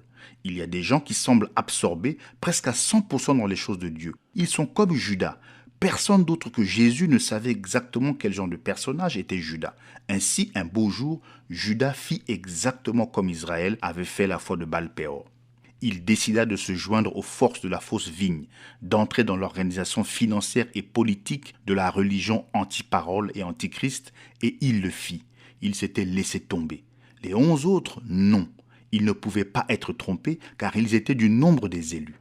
Ainsi, quand Judas partit pour trahir le Seigneur, son nom fut effacé du livre de vie. Apocalypse 22, 19.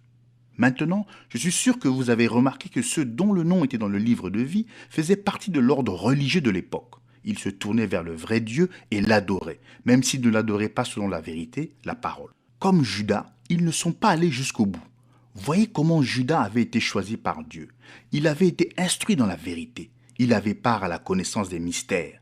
Un ministère de puissance lui avait été accordé et il guérissait les malades et chassait des démons au nom de Jésus. Mais quand l'heure de vérité est arrivée, il s'est débarrassé de tout cela pour de l'or et pour le pouvoir politique. Il n'est pas allé jusqu'à la Pentecôte pour recevoir l'Esprit de Dieu. Il n'avait pas l'Esprit. Ne vous y trompez pas, si quelqu'un a réellement été baptisé dans le corps de Christ par le Saint-Esprit, recevant ainsi la plénitude de l'Esprit, il sera dans la parole jusqu'au bout. Voilà la preuve qu'on est baptisé du Saint-Esprit. Judas a échoué. C'est là que des foules échouent aussi. Et quand ils ne continuent pas dans cette parole, leur nom est effacé du livre de vie. Pour mieux comprendre pourquoi un nom peut être effacé du livre de vie, reportons nos pensées vers Israël à l'époque de Moïse. Exode 32, 30, 34. Le lendemain, Moïse dit au peuple, « Vous avez commis un grand péché. Je vais maintenant monter vers l'Éternel. J'obtiendrai peut-être le pardon de vos péchés. » Moïse retourna vers l'Éternel et dit, « Ah, ce peuple a commis un grand péché. Ils se sont fait un dieu d'or. Pardonne maintenant leurs péchés. Sinon, efface-moi de ton livre que tu as écrit. » L'Éternel dit à Moïse, « C'est celui qui a péché contre moi que j'effacerai de mon livre. Va donc, conduis le peuple où je t'ai dit. Voici, mon ange marchera devant toi, mais au jour de ma vengeance, je les punirai de leurs péchés. » Il est plus qu'évident que des noms ont été effacés et seront effacés du livre de vie, avant qu'il n'y ait plus de temps. Dans ce cas-ci, c'était pour cause d'idolâtrie, comme c'était le cas pour Dan et Éphraïm, qui avaient perdu leur droit de tribu pour avoir adoré les veaux d'or. Tous ceux qui se sont livrés au culte des idoles ont vu leur nom effacé du livre de vie. Quand Israël a rejeté la conduite de Dieu par la colonne de feu pour se tourner vers le culte des veaux d'or, leurs noms ont été effacés du livre de vie. Exode 32, 33. C'est celui qui a péché contre moi que j'effacerai de mon livre. Si le fait de se tourner ainsi vers les idoles entraîne comme punition d'avoir son nom retranché du livre de vie, alors la punition d'Israël pour avoir rejeté Jésus-Christ en tant que Messie se doit d'être aussi sévère. C'est bien le cas. Dans le psaume 69, qui nous montre Jésus humilié, il est dit au verset 22 à 29. « Ils mettent du fiel dans ma nourriture, et pour apaiser ma soif, ils m'abreuvent de vinaigre. Que leur table soit pour eux un piège, et un filet au sein de leur sécurité. Que leurs yeux s'obscurcissent et ne voient plus, et fais continuellement chanceler leurs reins. Répands sur eux ta colère, et que ton ardente fureur les atteigne. Que leur demeure soit dévastée, qu'il n'y ait plus d'habitants dans leurs tentes. Car ils persécutent celui que tu frappes, ils racontent les souffrances de ceux que tu blesses. Ajoute des iniquités à leurs iniquités, et qu'ils n'aient point part à ta justice. Qu'ils soient effacés du livre de vie, et qu'ils ne soient point inscrits avec les justes. » Quand les Juifs ont rejeté Jésus, Dieu s'est carrément détourné d'eux pour se tourner vers les nations. Actes 13, 46, 48. Paul et Barnabas leur dirent avec assurance, « C'est à vous premièrement que la parole de Dieu devait être annoncée. Mais puisque vous la repoussez et que vous vous jugez vous-même indigne de la vie éternelle, voici, nous nous tournons vers les païens, car ainsi nous l'a ordonné le Seigneur. Je t'ai établi pour être la lumière des nations, pour porter le salut jusqu'aux extrémités de la terre. » Les païens se réjouissaient en entendant cela, ils glorifiaient la parole du Seigneur, et tous ceux qui étaient destinés à la vie éternelle crurent. Ceci sans suggérer qu'il n'y aura plus, au sein des tribus d'Israël, de noms restant dans le livre de vie, car selon le principe de l'élection, de nombreux Juifs, mais non des multitudes, se trouveront dans l'arche de l'Église des nations et entreront dans le corps de Jésus-Christ, montrant par là que leurs noms sont vraiment restés inscrits dans le livre de vie.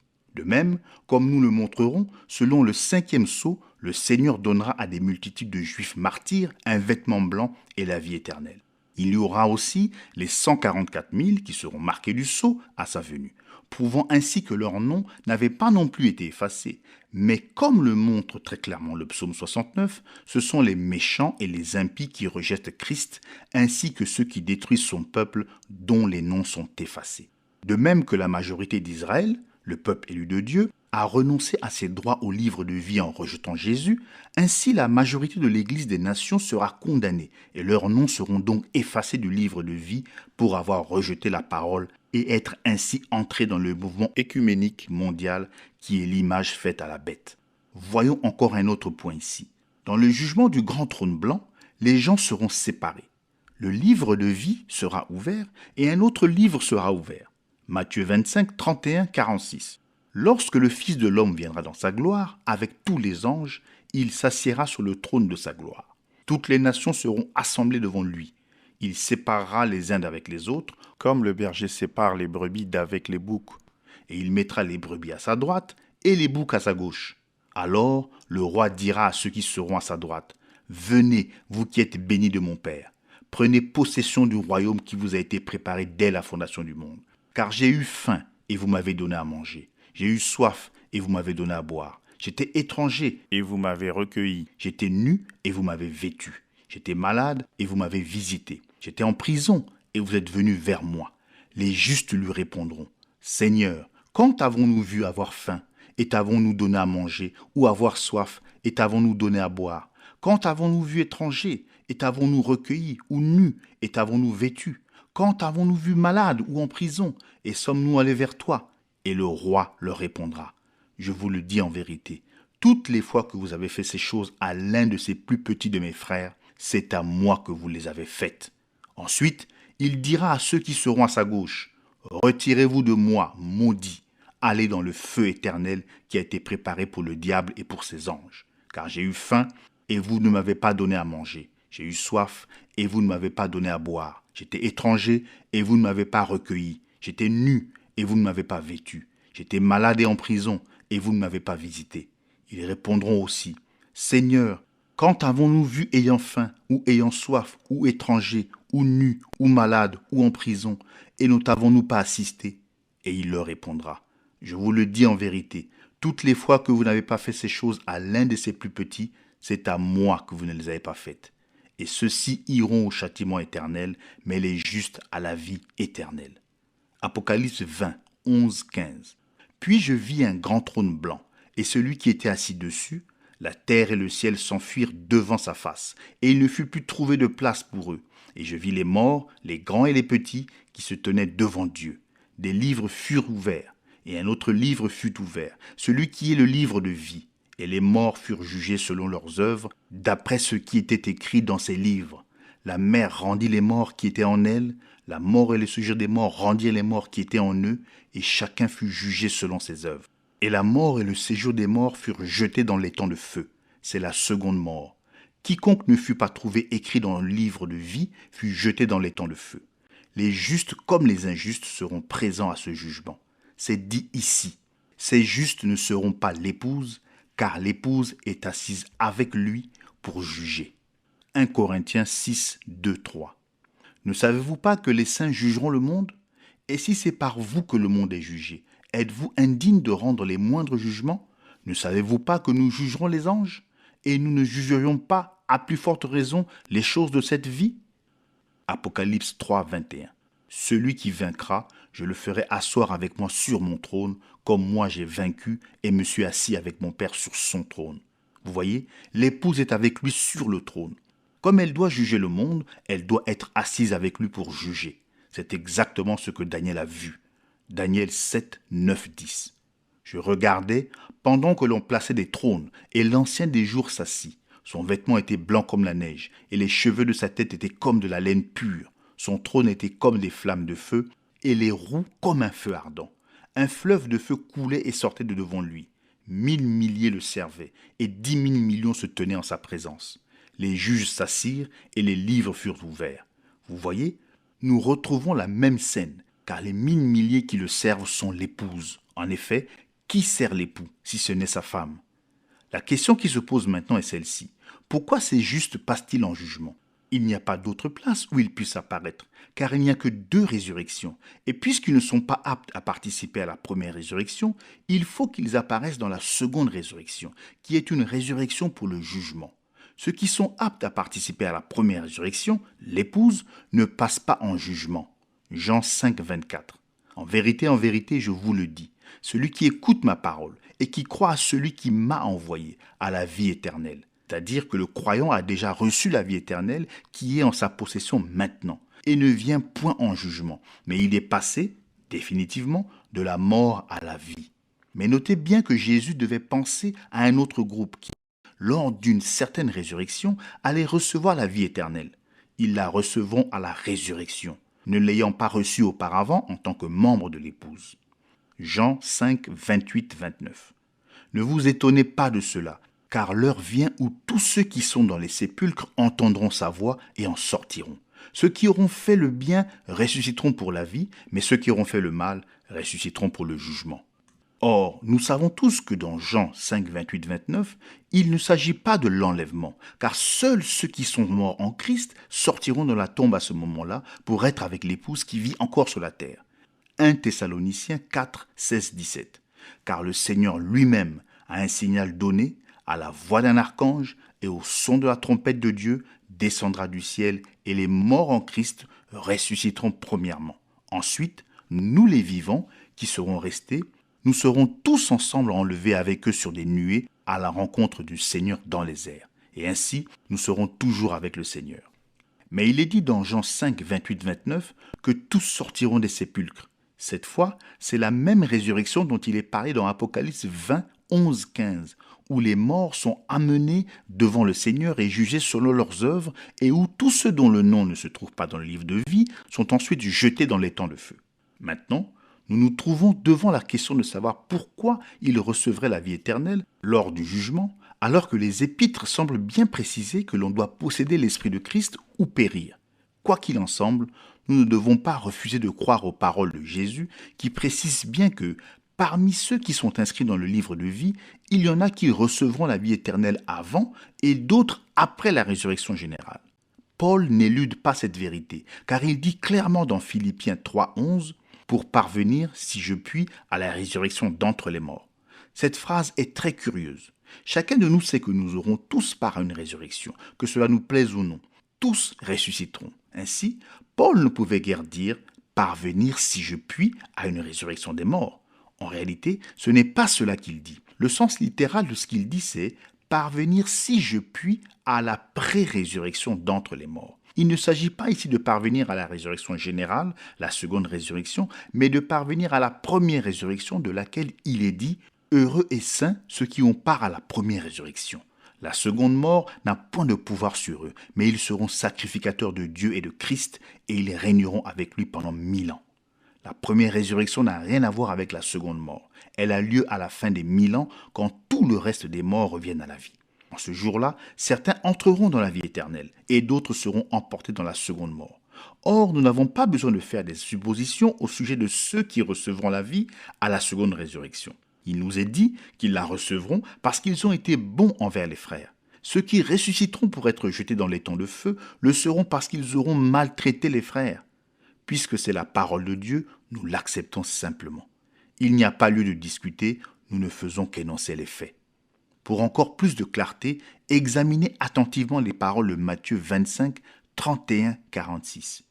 Il n'est pas dit que le berger sépare littéralement les brebis d'avec les boucs, mais que ce sera comme le berger qui sépare les brebis d'avec les boucs. Il ne s'agit pas de brebis à ce moment précis, au jugement du trône blanc. Les brebis sont dans sa bergerie. Elles ont entendu sa voix, sa parole, et elles l'ont suivi. Elles ont déjà la vie éternelle et ne peuvent pas passer en jugement. Mais ceux-ci n'ont pas la vie éternelle et ils passent en jugement. Il leur est permis d'entrer dans la vie éternelle. Mais à quel titre entrent-ils dans la vie éternelle ? Certainement pas parce qu'ils ont déjà sa vie, comme c'est le cas pour l'épouse, mais ils la reçoivent parce qu'ils ont été bons envers ses frères. Eux ne sont pas ses frères, cela ferait d'eux des co-héritiers de Jésus. Ils n'héritent de rien, sauf de la vie. Ils ne partagent pas de trône et autres avec lui. Leurs noms doivent avoir été dans le livre de vie et ne pas en avoir été retirés. Maintenant, à cause de leur amour pour le peuple de Dieu, ils sont reconnus et sauvés. Sans doute, ils ont servi et aidé les enfants de Dieu. Peut-être comme Nicodème et Gamaliel ont-ils pris le parti de ces enfants en des moments difficiles.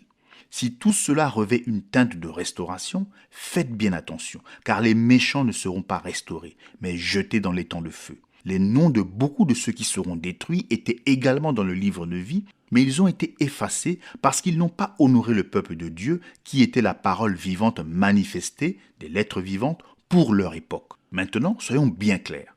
Il ne s'agit pas ici de nations qui seraient jugées et qui entreraient dans le millénium pour avoir accueilli et aidé les Juifs. C'est évident au vu de la conclusion de ces versets.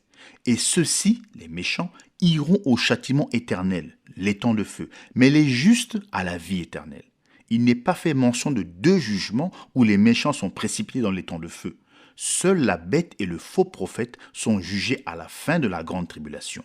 Non, il s'agit ici du jugement du trône blanc, et ils sont jugés selon ce qui est écrit dans les livres. C'est à la seconde résurrection que les âmes qui sont sous l'autel, dont il est question dans le 5e sceau, Apocalypse 6, 9, 11, reçoivent des vêtements blancs et bien sûr la vie éternelle, sans quoi les vêtements blancs n'auraient aucun sens. Quand il ouvrit le 5e sceau, je vis sous l'autel les âmes de ceux qui avaient été immolés à cause de la parole de Dieu et à cause du témoignage qu'ils avaient rendu.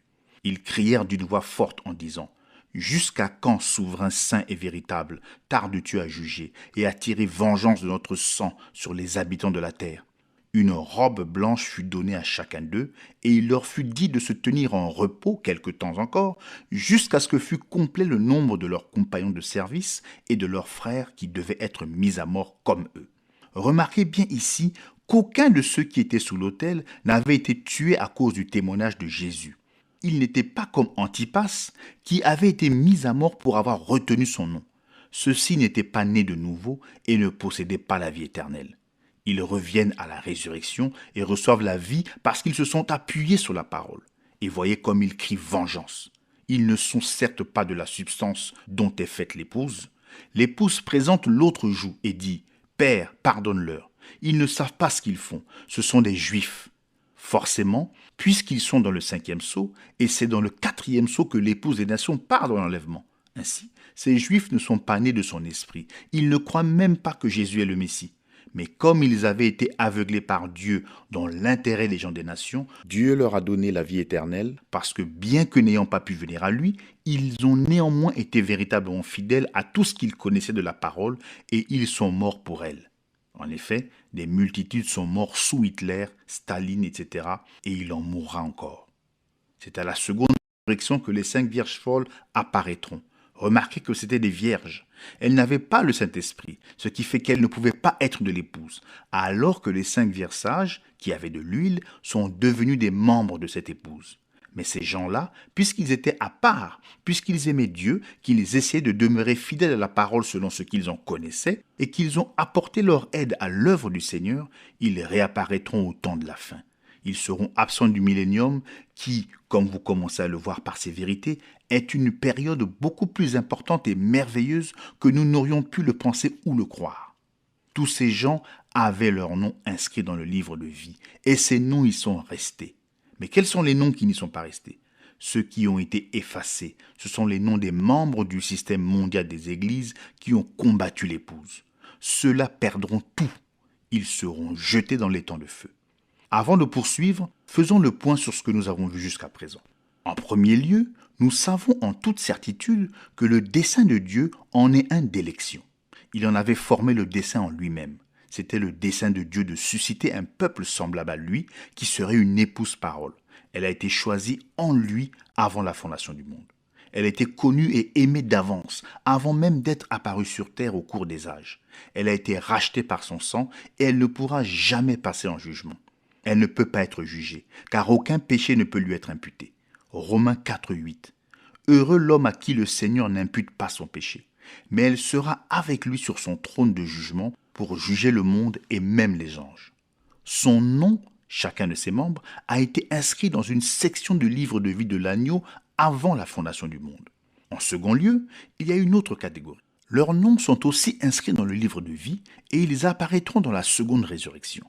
Les vierges folles et les justes, dont il est parlé dans Matthieu 25, en font partie. Dans cette catégorie, on trouve aussi ceux qui n'adorent pas la bête et qui ne se laissent pas entraîner dans le système de l'Antichrist, mais qui meurent à cause de leur foi, bien qu'ils ne soient pas de l'épouse, car ils ne sont pas nés de nouveau. Mais ils apparaîtront à la seconde résurrection et ils entreront dans la vie éternelle. troisième lieu, il y a les chrétiens frontaliers, semblables à ce que nous avons vu au milieu d'Israël alors qu'ils sortaient d'Égypte.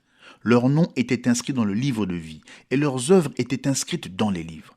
Mais parce qu'ils n'ont pas obéi à Dieu et qu'ils étaient dépourvus de l'Esprit, même si les signes et les prodiges étaient parmi eux, leurs noms seront effacés du livre de vie. Parmi ce groupe, il y aura ceux qui, comme Judas, étaient religieux, avaient des manifestations dans leur vie, bien qu'étant entièrement dépourvus du Saint-Esprit. Ils avaient beau être inscrits dans les livres, ils n'étaient pas élus en lui. Ceux qui sont semblables à Balaam seront aussi dans ce groupe. En quatrième et dernier lieu, il y a ceux dont les noms n'ont jamais été inscrits dans les livres et ne le seront jamais. Nous les trouvons dans Apocalypse 13.8 et dans Apocalypse 17.8. Et tous les habitants de la terre l'adoreront, ceux dont le nom n'a pas été inscrit dans le livre de vie de l'agneau qui a été immolé dès la fondation du monde. La bête que tu as vue était, et elle n'est plus. Elle doit monter de l'abîme et aller à la perdition. Et les habitants de la terre, ceux dont le nom n'a pas été écrit dès la fondation du monde dans le livre de vie, s'étonneront en voyant la bête parce qu'elle était et qu'elle n'est plus et qu'elle reparaîtra. Jésus a dit qu'un certain groupe allait accepter quelqu'un qui viendrait en son propre nom. Ce quelqu'un, c'est l'Antichrist. C'est bien ce qu'il est dit d'eux dans Apocalypse 13.8 et 17.8. Dieu les a prédestinés, mais non pour l'élection. Et dans ce groupe, il y a ceux qui sont comme Pharaon. Il est dit de lui, « Je t'ai suscité à dessein ». Des vases de colère formés pour la perdition. Romains 9, 17 et 22. Aucun de ceux-là ne peut être inscrit dans les registres de la vie. Je ne dis pas qu'il n'y a rien d'inscrit à leur sujet. Sans aucun doute, il y a quelque chose d'inscrit à leur sujet, mais ce n'est pas dans les registres de la vie. Le but de leur existence a été effleuré dans le reste de ce livre, mais nous pouvons mentionner encore 2 passages de l'Écriture. Proverbe 16.4, « L'Éternel a fait le méchant pour le jour du malheur ». Job 21.30, « Le méchant est épargné pour le jour de la calamité, ils sont emmenés au jour de la fureur ». Version Darby. Étant donné que cette portion de la parole est difficile à comprendre pour l'esprit de l'homme, il faut l'accepter et la croire par la foi. Certains s'offenseront des faits que j'ai exposés car ils ne comprennent pas la souveraineté de Dieu qui affirme que Dieu est Dieu. Et parce qu'il est Dieu, on ne peut pas déjouer ses desseins ni contrecarrer sa volonté et ses buts. Mais que lui, étant omnipotent, dirige toutes choses et fait ce qu'il veut de sa création tout entière, car tous ont été créés pour son bon plaisir. Aussi, Paul a-t-il dit, « Si d'une même masse d'argile, Dieu tire un vase d'honneur et un vase d'un usage vil, qui peut s'offenser et contester avec lui ? Le simple fait qu'il s'agisse de sa création lui donne le droit de faire cela, c'est indéniable. Pourtant, il est allé encore plus loin, car selon Romains 14, 7, 9, nous avons la preuve irréfutable que Jésus a payé le prix d'achat pour le monde entier. Il peut donc faire ce qu'il veut de ce qui lui appartient. En effet, nul de nous ne vit pour lui-même, et nul ne meurt pour lui-même. Car si nous vivons pour le Seigneur. Et si nous mourrons pour le Seigneur. Soit donc que nous vivions, soit que nous mourions, nous sommes au Seigneur. Car Christ est mort, et il a repris la vie, afin d'être Seigneur de tous, des morts comme des vivants. D'après la version anglaise du roi Jacques. Il s'agit ici de propriété et non de relation. La même chose est exprimée dans Jean 17, 2. Selon que tu lui as donné pouvoir sur toute chair, afin qu'il accorde la vie éternelle à tous ceux que tu lui as donnés. Or, si nous reconnaissons l'omniscience de Dieu, nous devons aussi accepter qu'il est parfait en sagesse et en droiture. Ce plan de l'élection et de la réprobation est la sagesse de Dieu révélée dans tous les âges, ainsi qu'il est dit dans Éphésiens 1, 3, 11. Béni soit Dieu, le Père de notre Seigneur Jésus-Christ, qui nous a bénis de toutes sortes de bénédictions spirituelles dans les lieux célestes en Christ. En lui, Dieu nous a élus avant la fondation du monde, pour que nous soyons saints et irrépréhensibles devant lui, nous ayant prédestinés dans son amour à être ses enfants d'adoption par Jésus-Christ, selon le bon plaisir de sa volonté, à la louange de la gloire de sa grâce qu'il nous a accordée en son bien-aimé. En lui, nous avons la rédemption par son sang, la rémission des péchés selon la richesse de sa grâce que Dieu a répandue abondamment sur nous par toute espèce de sagesse et d'intelligence, nous faisant connaître le mystère de sa volonté selon le bienveillant dessein qu'il avait formé en lui-même pour le mettre à exécution lorsque les temps seraient accomplis, de réunir toutes choses en Christ, celles qui sont dans les cieux et celles qui sont sur la terre. En lui, nous sommes aussi devenus héritiers, ayant été prédestinés suivant la résolution de celui qui opère toutes choses d'après le conseil de sa volonté. Si donc Dieu a prévu qu'il y ait des gens dont les noms ont été placés dans une section du livre de vie de l'agneau, et que ces noms ne peuvent pas être effacés, car ce sont les noms de son épouse, alors nous devons l'accepter. Si de même il est dit qu'il y en a dont les noms ont été inscrits dans le livre de vie, mais que, selon la prescience de Dieu, ils tomberaient et que leurs noms seraient effacés, nous devons l'accepter. Et s'il y en a d'autres dont les noms n'ont jamais été inscrits dans un registre de vie, alors nous devons aussi accepter cela. Et s'il y en a d'autres encore qui, après le jugement du trône blanc, entreront dans la vie éternelle pour la seule raison qu'ils ont été bons et justes envers les élus de Dieu, qui sont ses frères, nous ne pouvons toujours rien faire d'autre que d'accepter cela. Car qui connaît la pensée du Seigneur pour pouvoir l'instruire? Soumettons-nous plutôt par la foi à celui qui est notre Père et nous vivrons. Pour comprendre encore mieux ce sujet, il serait judicieux de l'examiner du point de vue de l'Église à travers les âges. Jusqu'à présent, nous avons parlé de personnes dont les noms seraient effacés. Nous allons maintenant considérer non plus les personnes, mais les groupes représentés dans l'Église. Pour ce faire, assimilons l'Église à travers les âges au plant de blé. Un grain de blé est planté dans le but que ce grain de blé unique se reproduise et se multiplie au bout d'un certain processus qui doit durer un certain temps. Cette semence unique mourra, mais en mourant, la vie qui était en elle montera dans un plant qui, à son tour, sera le support ou le porteur de cette vie qui reviendra à la forme d'origine multipliée en plusieurs semences. Jésus, la grande semence royale, mourut. L'incomparable, qui est la vie de l'Église, se tient au milieu de l'Église tout au long des 7 âges de l'Église, donnant sa vie à cette Église, le porteur ou le support, pour qu'à la fin, sa vie même soit reproduite dans des corps semblables aux siens à la résurrection. C'est à la résurrection que la semence royale verra de nombreuses semences royales semblables à elle, et ils seront comme lui. Car, Jean dit, nous serons semblables à lui. C'est à cela que Jean-Baptiste faisait allusion en disant que Jésus amasserait le blé dans le grenier. Il s'agissait de la résurrection dans laquelle entreraient les rachetés, ceux qui avaient été élus à la vie éternelle. Or, le registre, quant à ce plant de blé dont le but est de reproduire la semence d'origine en plusieurs exemplaires, c'est le livre de vie. Je répète, l'histoire ou le registre de ce plant de blé, c'est le livre de vie. Et une partie de ce livre de vie est le registre de la vie éternelle. Une section du livre de vie. On en sera convaincu si on examine le plant de blé. On sème une graine nue. Bientôt paraît une pousse, mais ce n'est pas encore le blé. Ensuite, une tige se forme, mais ce n'est toujours pas le blé. La vie est là, mais non le blé. Ensuite, apparaît au bout de la tige une petite pointe d'où surgit une aigrette. C'est bien un plant de blé, mais il n'y a toujours pas de blé. Alors, la plante est fécondée par le pollen et nous voyons croître la balle. Cela a vraiment l'air d'être du blé, mais il n'y a pas encore de semence. Enfin, le blé se forme dans la balle. C'est alors qu'il est revenu à sa forme d'origine. Alors le blé, arrivé à maturité, est moissonné. Jésus-Christ est mort, il a donné sa vie. Cette vie devait revenir sur l'Église et conduire à la gloire par la résurrection de nombreux fils semblables à lui. Mais de même que le grain de blé devait avoir un organe porteur pour pouvoir produire plusieurs grains de blé, de même il fallait qu'il y ait une Église qui porte la vie de Christ. De même que la pousse, la tige, l'aigrette et la balle ont servi à porter la semence, mais qu'elle n'était pas elle-même la semence, ainsi le corps de l'Église à travers les âges a-t-il été là pour porter la vraie semence, bien qu'il n'ait pas été lui-même la semence. C'est pourquoi nous pouvons dire que le livre de vie représente le plant de blé dans sa totalité. Revoyons tout cela. Voici cette semence d'origine qui a été plantée. Elle a produit une pousse. Ce n'était pas la semence. Elle a produit une tige. Ce ne l'était pas non plus. Voici venir la balle dans laquelle le grain de blé doit se former. Ce n'est toujours pas la semence. L'aigrette apparaît. Alors le pollen tombe sur les pistils. Une partie de la plante reçoit la vie. Quelque chose qui appartient à cette semence d'origine et qui est montée à travers le reste du plant devient semence. Pourquoi la plante entière n'est-elle pas devenue semence? Parce qu'elle a été créée dans ce but. Une partie seulement peut redevenir semence parce que seule une partie du plant de blé est le blé de la vie éternelle. La sortie d'Égypte du peuple d'Israël est un type parfait de cela. Ils sont sortis au nombre d'environ 2 millions.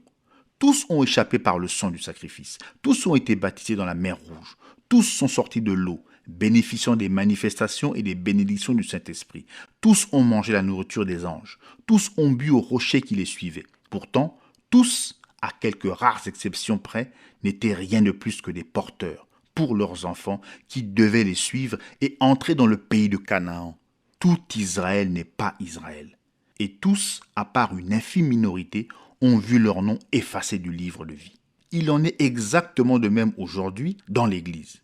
Des noms seront effacés du livre de vie. Aucun nom ne sera effacé du livre de la vie éternelle, car celui-ci est un autre registre, bien qu'il soit contenu dans le livre de vie. Voici de quoi témoigne ce registre. Dieu nous a donné la vie éternelle, et cette vie est dans son Fils. Celui qui a le Fils a la vie éternelle, et celui qui n'a pas le Fils n'a pas la vie éternelle. Et ceux qui ont cette vie étaient en lui avant la fondation du monde. Ils ont été choisis en lui avant la fondation du monde. La grande semence royale, Jésus-Christ a été planté, il est mort, et cette vie qui était en lui est montée à travers le plant de blé et se reproduit en des multitudes de grains de blé qui ont la même vie en eux et qui sont comme l'original, car par l'Esprit, ils sont d'origine. Nous pouvons voir à présent pourquoi l'épouse, elle était en lui comme Ève avait été en Adam, rachetée par son propriétaire originel, ne peut pas voir les noms de ses membres effacés du registre. Elle fait partie de lui, elle est sur le trône. Il est impossible qu'elle soit jugée. Chaque membre de l'épouse est l'un de ses membres. Il n'en perd aucun. Mais ce n'est pas le cas de tous ceux dont il est question quant au livre de vie. Parmi eux, il y a ceux qui sont comme Judas, entre autres, qui ont une place dans le registre, mais dont les noms ont été effacés. Nous pouvons déjà les voir venir dans les derniers jours. Ils auront fait des œuvres merveilleuses, et pourtant Jésus leur dira qu'il ne les a jamais connus. Ce n'est pas qu'il ignorait leur existence, c'est exclu, car il est omniscient. Mais il n'était pas connu dès le début comme étant de l'épouse, et il n'était pas connu non plus comme étant parmi les justes de la seconde résurrection. Ils ne portaient pas de fruits, parce qu'ils étaient en dehors de la parole, ils n'y demeuraient pas, et par conséquent, ils ont été condamnés à mort. Ensuite, comme nous l'avons vu précédemment, il y a ceux qui ont pris le parti de l'épouse, qui lui sont venus en aide et l'ont réconforté. Leurs noms sont restés dans le livre de vie, et ils entreront dans la vie éternelle. Enfin, il y a ceux qui, comme Pharaon, n'ont jamais été inscrits dans le livre de vie, eux aussi seront jetés dans les temps de feu. Ainsi, le grain de blé qui est devenu un plant destiné à la moisson témoigne du registre de l'Église. Et de même que ce n'est pas du tout le plant de blé qui est la semence de blé, et que ce n'est pas du tout le plant qui est utilisé pour la moisson, il en est de même de l'Église. Toute l'Église n'est pas l'épouse, et toute ne reçoit pas la vie éternelle. Mais une partie d'elle est rassemblée dans le grenier, une partie d'elle est destinée à entrer dans la vie éternelle à la seconde résurrection, et une partie d'elle, jugée comme étant de la balle, sera brûlée dans les temps de feu. C'est bien ce qu'ont dit Jean-Baptiste et Jésus. En effet, Jean a dit que le grain serait amassé dans le grenier et que la paille serait brûlée. Jésus a dit « liez l'ivraie et ensuite amassez le blé ». Le mouvement œcuménique liera ensemble les églises ivraie, car l'ivraie doit être liée premièrement, et bien qu'elle doive être jetée au feu, elle n'est pas brûlée au moment où elle est liée, mais elle est réservée pour plus tard, pour la fin des 1000 ans, à la seconde résurrection. Mais dès que l'ivraie est liée, alors l'enlèvement peut avoir lieu. Ce dernier se produira donc entre le moment où elle est liée et la révélation de l'Antichrist. Alors viendra le jour où tous seront là, ensemble, comme nous l'avons vu dans Daniel. Le roi sera là avec son épouse. Devant eux se tiendront les multitudes de ceux qui doivent passer en jugement. Oui, tous sont là. Tous les livres sont ouverts. Une mesure finale est prise pour chacun. La moisson est bien finie. Les livres qui avaient été ouverts sont maintenant refermés. Je vais conclure ce sujet pour le moment en me référant à une chose que j'ai dite en commençant. Qu'il n'y a pas un seul passage de l'Écriture qui dit que le Seigneur est en train d'établir une liste de noms. C'est tout à fait exact. Toutefois, il y a un passage de l'Écriture qui parle d'un enregistrement futur. C'est le psaume 87. Ce psaume parle de l'Éternel qui inscrit les noms de tous ceux qui sont nés en Sion. On ne peut d'aucune manière prétendre que Dieu devrait attendre la fin des âges ou cette période qui traite de Sion pour savoir qui va naître en Sion. Ce serait encore exclure son omniscience. Sûrement qu'il sait qui sont tous ceux qui font partie de ce nombre. Mais alors, qu'en est-il ? N'est-ce pas simplement le registre mis à jour, la nouvelle liste où Dieu place les noms qui sont restés après la seconde résurrection, ceux qui appartiennent à Sion? C'est bien cela. Et je confesserai son nom devant mon Père et devant ses anges. C'est le grand appel dans le ciel. Si un homme meurt, revivra-t-il? Tous les jours de ma détresse, j'attendrai jusqu'à ce que mon état vînt à changer. Tu appellerais et moi je te répondrai. Ton désir serait tourné vers l'œuvre de tes mains. Version Darby. Le grand berger appelle ses brebis par leur nom. La voix créatrice de Dieu les fait ressusciter de la poussière. Ou alors, s'ils ne sont pas endormis, transforme leur corps jusque dans les atomes. C'est l'enlèvement. C'est le glorieux souper des noces de l'agneau et de son épouse. Mais l'enlèvement n'est pas le seul appel. À la seconde résurrection, au jugement du grand trône blanc, des noms seront confessés devant le Père et ses anges. Or, des gens qui connaissent ce genre de choses m'ont dit que le son le plus agréable qu'un homme puisse entendre, c'est celui de son propre nom. Combien les gens aiment entendre leur nom prononcé en public. Combien ils aiment être acclamés.